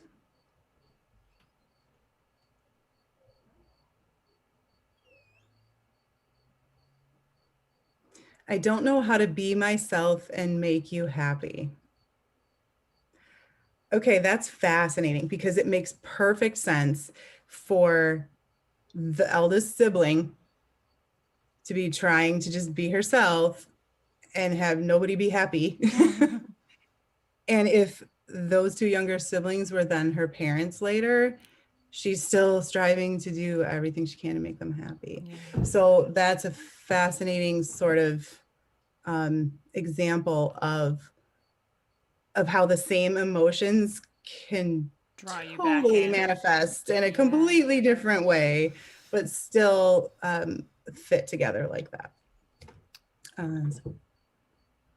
I think we're done with Rebecca. Wow. Thank you, Rebecca. Thank you, Rebecca. Rebecca said that 3 years old was when her parents split also. Okay. Oh, see, and okay, now that's interesting to know because of course you're always being pulled in two different directions with them then, because that's the dynamic you'd have there. Yeah, similar. A lot of cases. Wow. So interesting. Okay, so let's keep rolling, I guess. I don't know what time it is. I'm not paying attention. I know. We've got 4 world peas. Chris Phoenix. Oh, I'm sorry. I got a yes right there. Oh, all the way right off. All right. 4 world peas. So whoever that is, world. Art. Art is art. Yeah. Okay.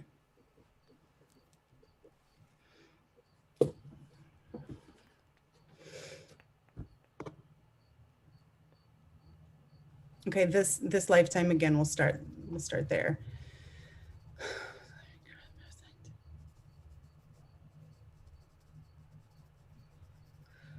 Okay, I'm getting 4 years ago. So whatever age that was, 4 years ago.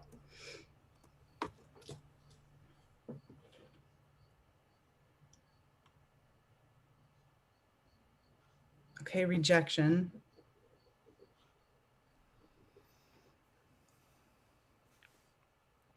Oh, and we're bypass. We don't even need to know. We're just going to kind of speed through them a little.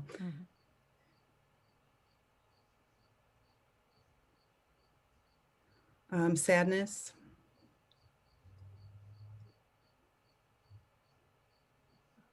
Rejection again.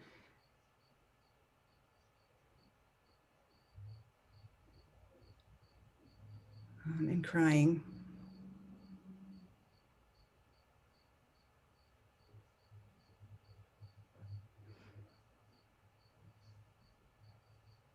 Despair.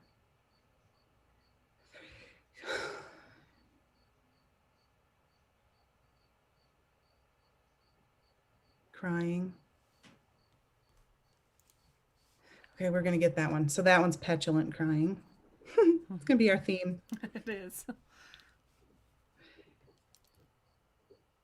Collectively, I feel like we might all be a little petulant right now. So maybe that fits. I'm petulant from time to time myself. Well, I mean, we all are, but it feels like the world is kind of petulant right now. True. The crowned and conquering child. Yeah.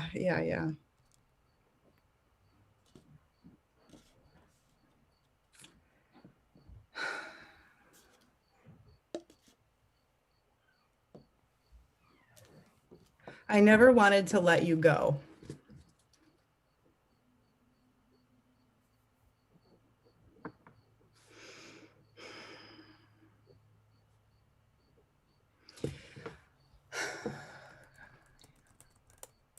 Okay, abandonment. Giving up on being able to do anything to keep you with me.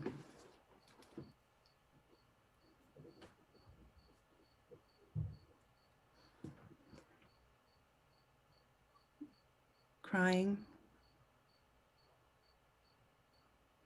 We don't need to know it.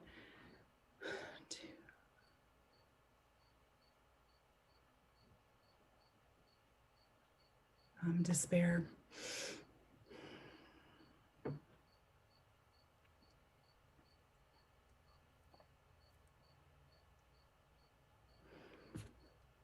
Lack of control. Okay, let's get that one.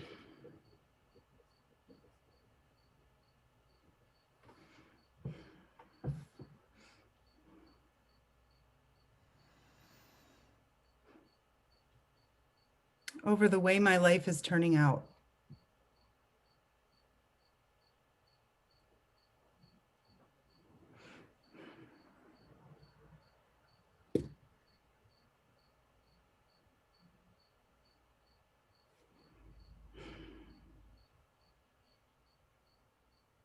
Okay, I actually think we might be done with Art. Thanks, Art. I'm sorry for what happened 4 years ago. Sounds pretty rough. That's beautiful. Lots of gratitude is coming your way also, Oh. Emily. Are we moving Back on? at ya. Sure. All right, we have Truth is Alchemy. Lori Faye. Karen Riddle. Joseph Correa. Jeremy Harbin. Okay, Jeremy. Jeremy.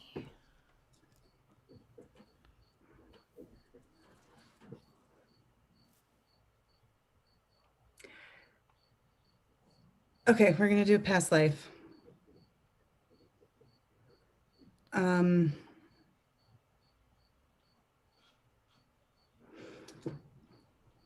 But we're gonna need more people. Okay. But they're not, they're these people. So that's really cool. Huh. All right, give me a sec.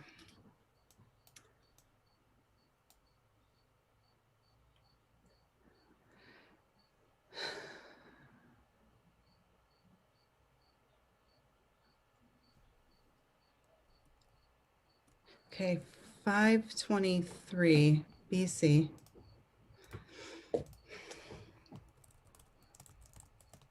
Okay, and we need 3 more, and they're all in your list. Oh. Yeah. You want me to read them? So, Or yours? yeah, so let's see who else gets to participate in this particular experiment. Okay, I'll go back through them who I had. All right. Truth is Alchemy. Okay. Okay. Watch, I just get everybody. Yeah. Lori Faye. Okay. Karen Riddle. Joseph Correa. Carolina in the Pines. Okay, that one. Carolina in the Pines. Sorry for calling you that one. Yeah. It might be Caroline in the Pines. I might have written it down wrong, but Chris Phoenix, Chris MC, and Stephanie Martin.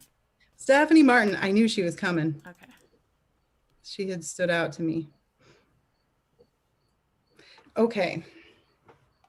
Well, this is interesting. Let's see. We maybe don't even need to try to find all the ages or anything. We'll just clear this. So what binds them? Okay, so that's where we'll start. You guys didn't even know you were bound. Haha. Yeah. There's so many things that do that to us.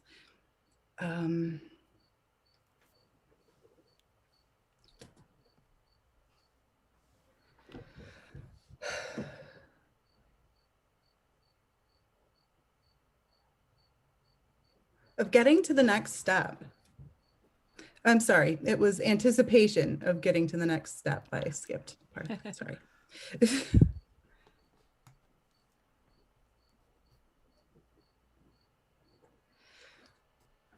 Okay.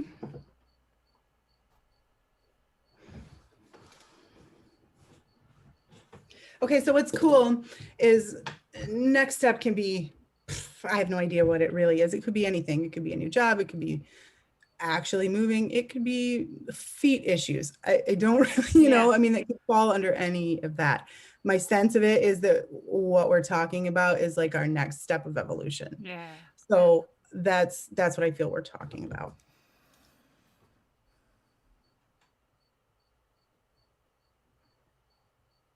Okay, so nervousness. This is everybody still.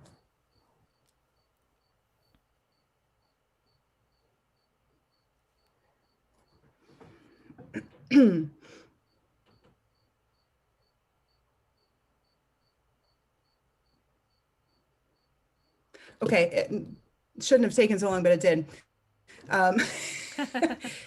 It's about taking the next step. So nervousness of taking the next step, making that leap.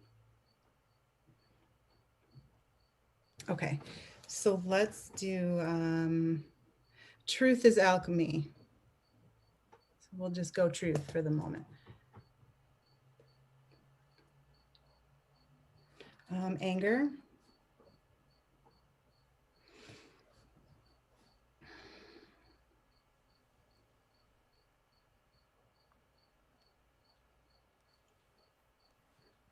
Over the way I've always been pushed back down.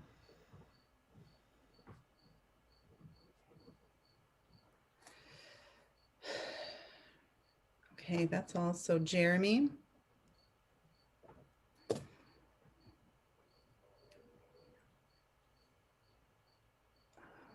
Crying, feeling helpless.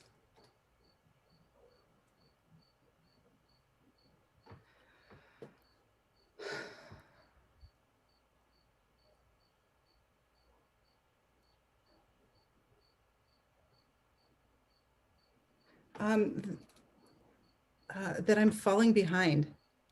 Didn't we have a falling? This is, oh, and I even wrote it, and I'm not writing very much of it. Yeah. Always falling. So falling behind is now becoming a pattern. Yeah. That was Dakota.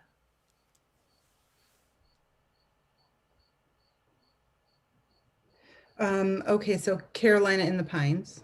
Carol or Carolina.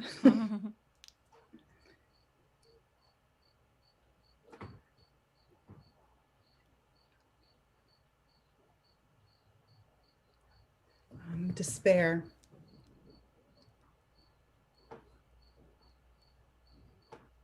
That all my efforts go unreceived.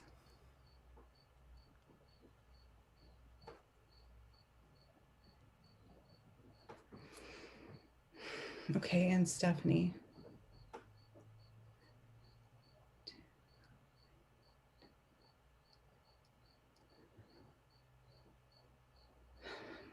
Worry.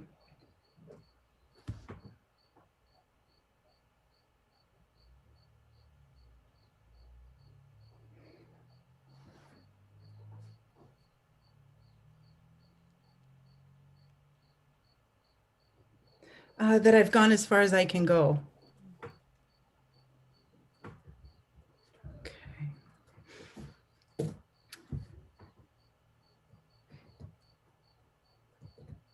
Okay, we're gonna do falling behind now. So you knew that was coming, right? So that's the other way that I might do this. If we don't go back to a certain age or that kind of thing, someone might get on the phone with me and tell me their whole life story, and it may be a major theme in their life is, I always feel like I'm falling behind. I'm never able to keep up, in whatever that might be. So then when we're looking at sort of, you know, I'll write a whole page of notes as they're telling me all the stuff that they feel stuck about.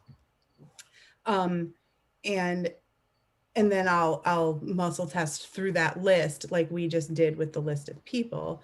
And then, you know, we may hit on something like falling behind. And so then we'll do it this way, which is basically we just write down falling behind and clear all the stuff that comes after it. Yeah.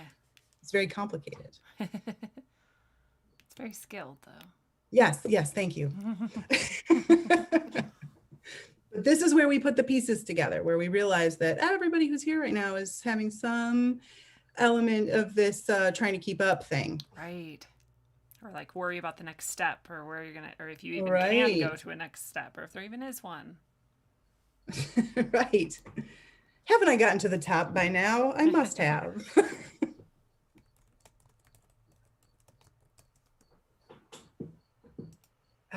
Ooh, disgust. Okay, so we're feeling disgusted.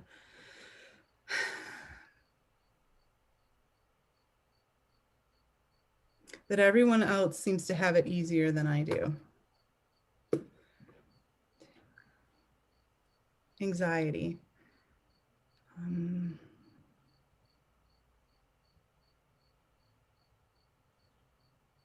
Fearful that the only people I can relate to are other people who have been left behind.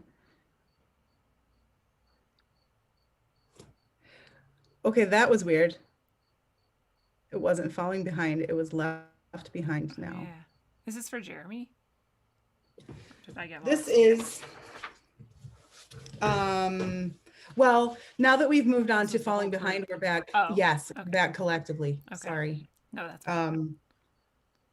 But I mean, Jeremy did have that pop up, Yes. but yeah, now we're working more. Everybody who feels that. And so when I say collectively, we're working, yes, with this group here that's now bringing this to our attention. But like, we're not limiting to that. So we're working collectively. So all the people who feel left behind, or see, now we've moved into left behind. So we're going to have to do that because I've said it twice now. Yeah. So all these people who are experiencing that feeling behind thing. Okay, let's just do left behind next. So in this way, I will just kind of follow along. So we're unraveling. Yeah. And the one thing just leads us into the next thing.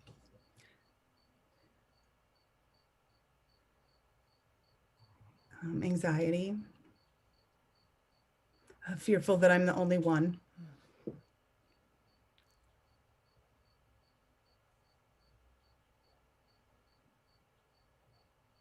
Okay, that's all I get there. Okay, give me 1 second. Yeah, okay. So we are gonna, remember when I go back to when I was talking about Psyche, which helps us put new beliefs into our subconscious. Yes. So that's what we're gonna do right now. So I'm gonna listen for a minute to see what we need about this topic.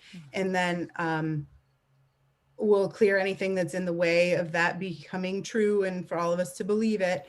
And then probably that'll be about our wrap up. Okay.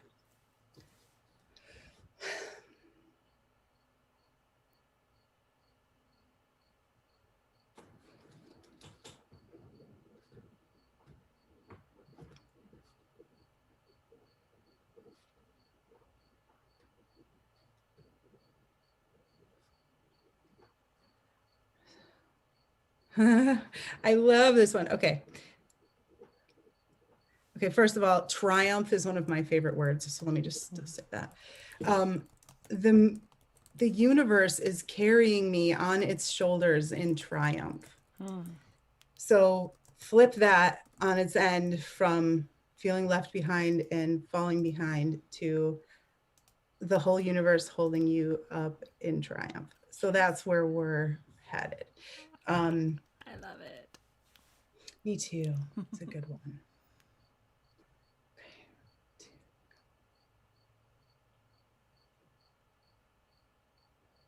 Okay, so we have nervousness. So it's like resistance is what we're doing here, right? So we want to make sure that we can believe that, because we're sitting there going, ah, no, I'm not important enough for that. Right? We're still back at that.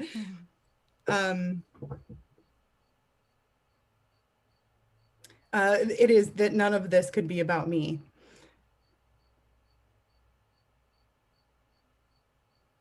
Okay, crying. I'm petulant. Where was the universe before? It was that footprints thing.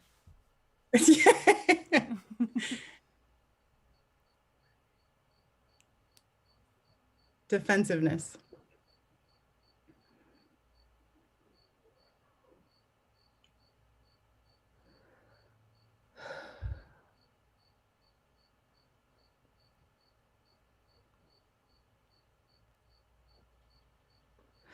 Okay, let me write it over.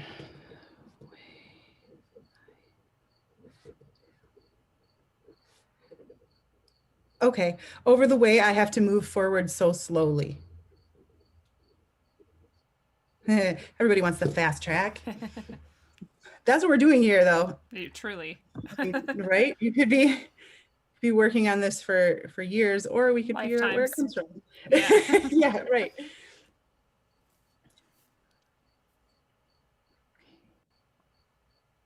Okay, crying, it's feeling hopeless.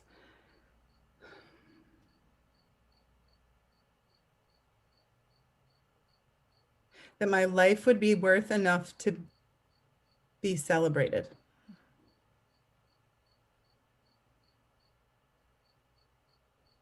Okay, and because it's fun, let's do I'm important. Yeah.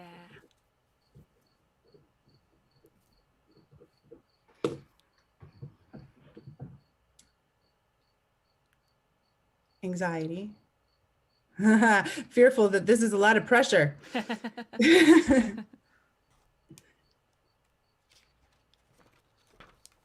Anger.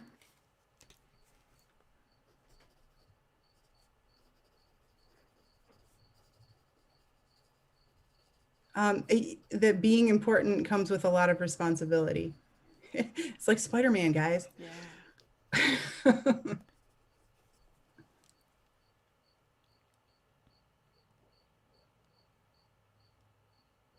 Okay, anger.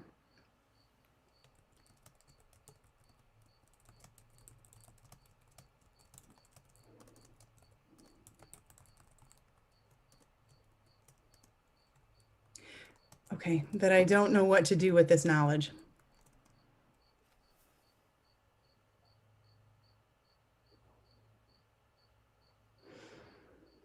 Okay. So does everybody know what to do with their new knowledge? Let's see. I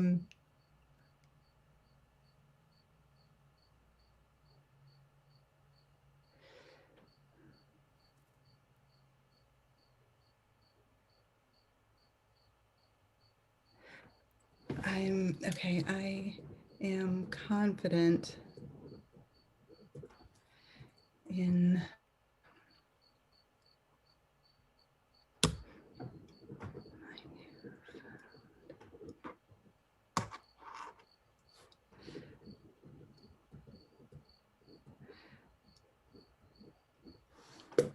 Okay, the universe doesn't mess around, okay? So we get things like, I am confident in my newfound magnificence.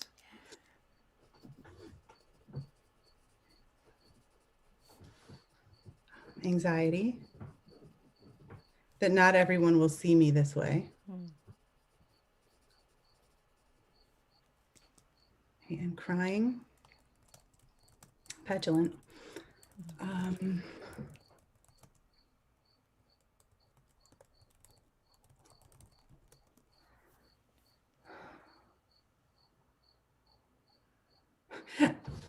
It's hard to feel magnificent. It is. Yep, we're all right. Yeah. Okay, but that's the last one I'm getting. Wow. I was screaming them into the chat as we were working on them. So I was like, we are magnificent. The universe is carrying us on its shoulders. Yeah. Yeah. We got this, guys. I mean, if there was any message I wanted people to take away from this, it would be that, you know, every one of us is as important as the next, and every bit of work you're doing, however big, however small, is making a difference somewhere. Yes. Yes. And that is oft repeated on this show. And these, you know, we're all working on these things together. And I love that this episode specifically like brought in just exactly how that works, you know, how we're all working on it together and how we're all giving back in every little bit that we give to ourselves. You know, like every little thing that you're working on in yourself is literally affecting the entire world. It's not like this play pretend game. It's not like this nice thing we just say. It's like literally happening. So yeah, and it's that we are all one thing. I mean, it really is true.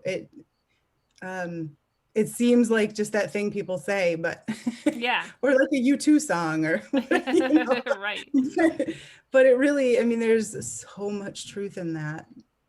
Yes, what a beautiful thing, and what a beautiful gift you have brought us to share all this with us tonight. And really, truly, everyone in the chat has been very full of gratitude for what you have brought to us tonight, and I'm full of gratitude for this, and I really hope that you feel that coming back to you. But I also want to know how we can share that back with you, if we have a way to share with you, if you want to direct people towards where they can contact you more, or, you know, keep in touch with you, or if you have a way for people to maybe donate, or, you know, however you would like to receive that gratitude I maybe should, but I don't.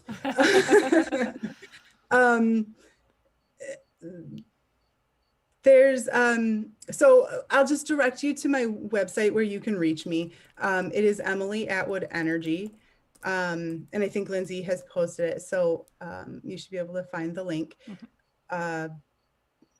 My contact info is there. You can feel free to reach out. I would love to hear from you. And yeah, maybe later I'll go put a little donate, donate button somewhere. Because I know, I mean, people, I really focus on this a lot for myself and building this idea up, but people want to share energy back. You've given so much to somebody, especially they want to share something back often. And also I think it just helps like lubricate that passageway. You know, you're both exchanging. It's not just going one way. And so I think that would be cool. If you want to do that, then people could have that option. I can do that. I will also say, just to add, that while I don't want to belittle anyone's love donations, because thank you, yes. but I always get something from every bit of work that I do for anybody.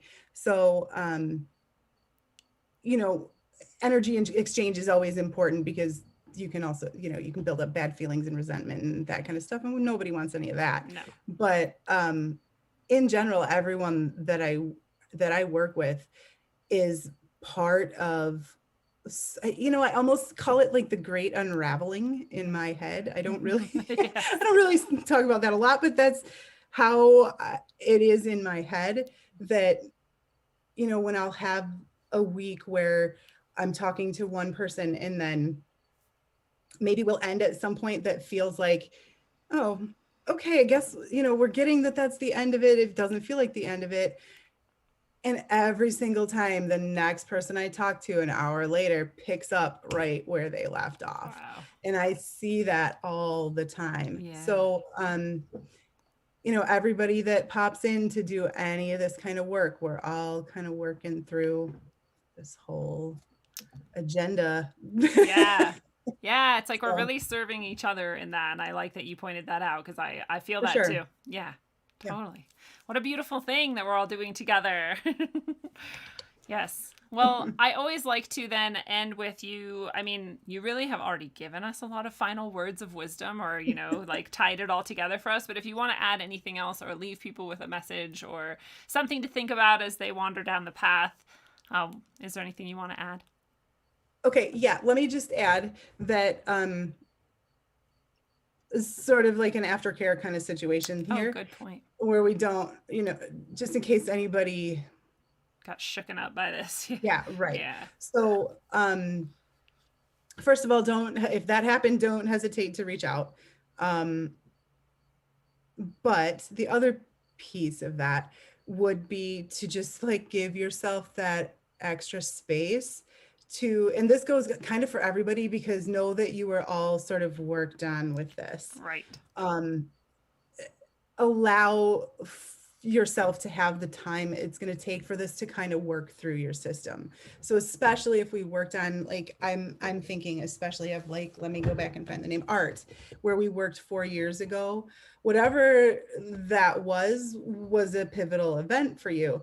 So as that stuff is leaving, if for the next few days that feels really heightened for you, that whole experience, you're feeling all that stuff up again, that's normal. And it should work through. So essentially the way that I clear things is by feeling them. So that's what I'm equating this to for the rest of you, that if you are still letting this go, you may feel it at a more heightened level for a couple of days while it's shifting its way out. Or you might feel great. So let's go with great. Yeah. Yeah. Don't box yourself in. Yeah, right. Like I usually kind of give that spiel and then I'm like, yeah, but don't count on it to, lousy. Let's count on it being great. All right. I love it. Yes. I think that's it. Just to make sure that people know they can reach out if they need to, and just go easy on yourselves for a little bit. Beautiful. Love yourselves like you deserve to be loved. Yeah. Well, fellow travelers of the path, it is a beautiful thing. This is your analog, electric, concentric dose of wisdom, according to Emily Atwood, the gifted. Emily, thank you so much for doing this work with us tonight. Truly, everyone is very grateful, and so am I. My pleasure. Thanks for having me. Yes. The source of love flows all around you. It can't help it. It comes from you. You are a spark of the divine, woven intricately into flesh and matter, and maybe you have forgotten. You are here to remember. You came to build the bridges, trace the routes until they can never be lost again, and to remind as many others as you can of their connection to all that matters as well. So until you remember who and what you really are, travel well, aim for balance, and always look inside first.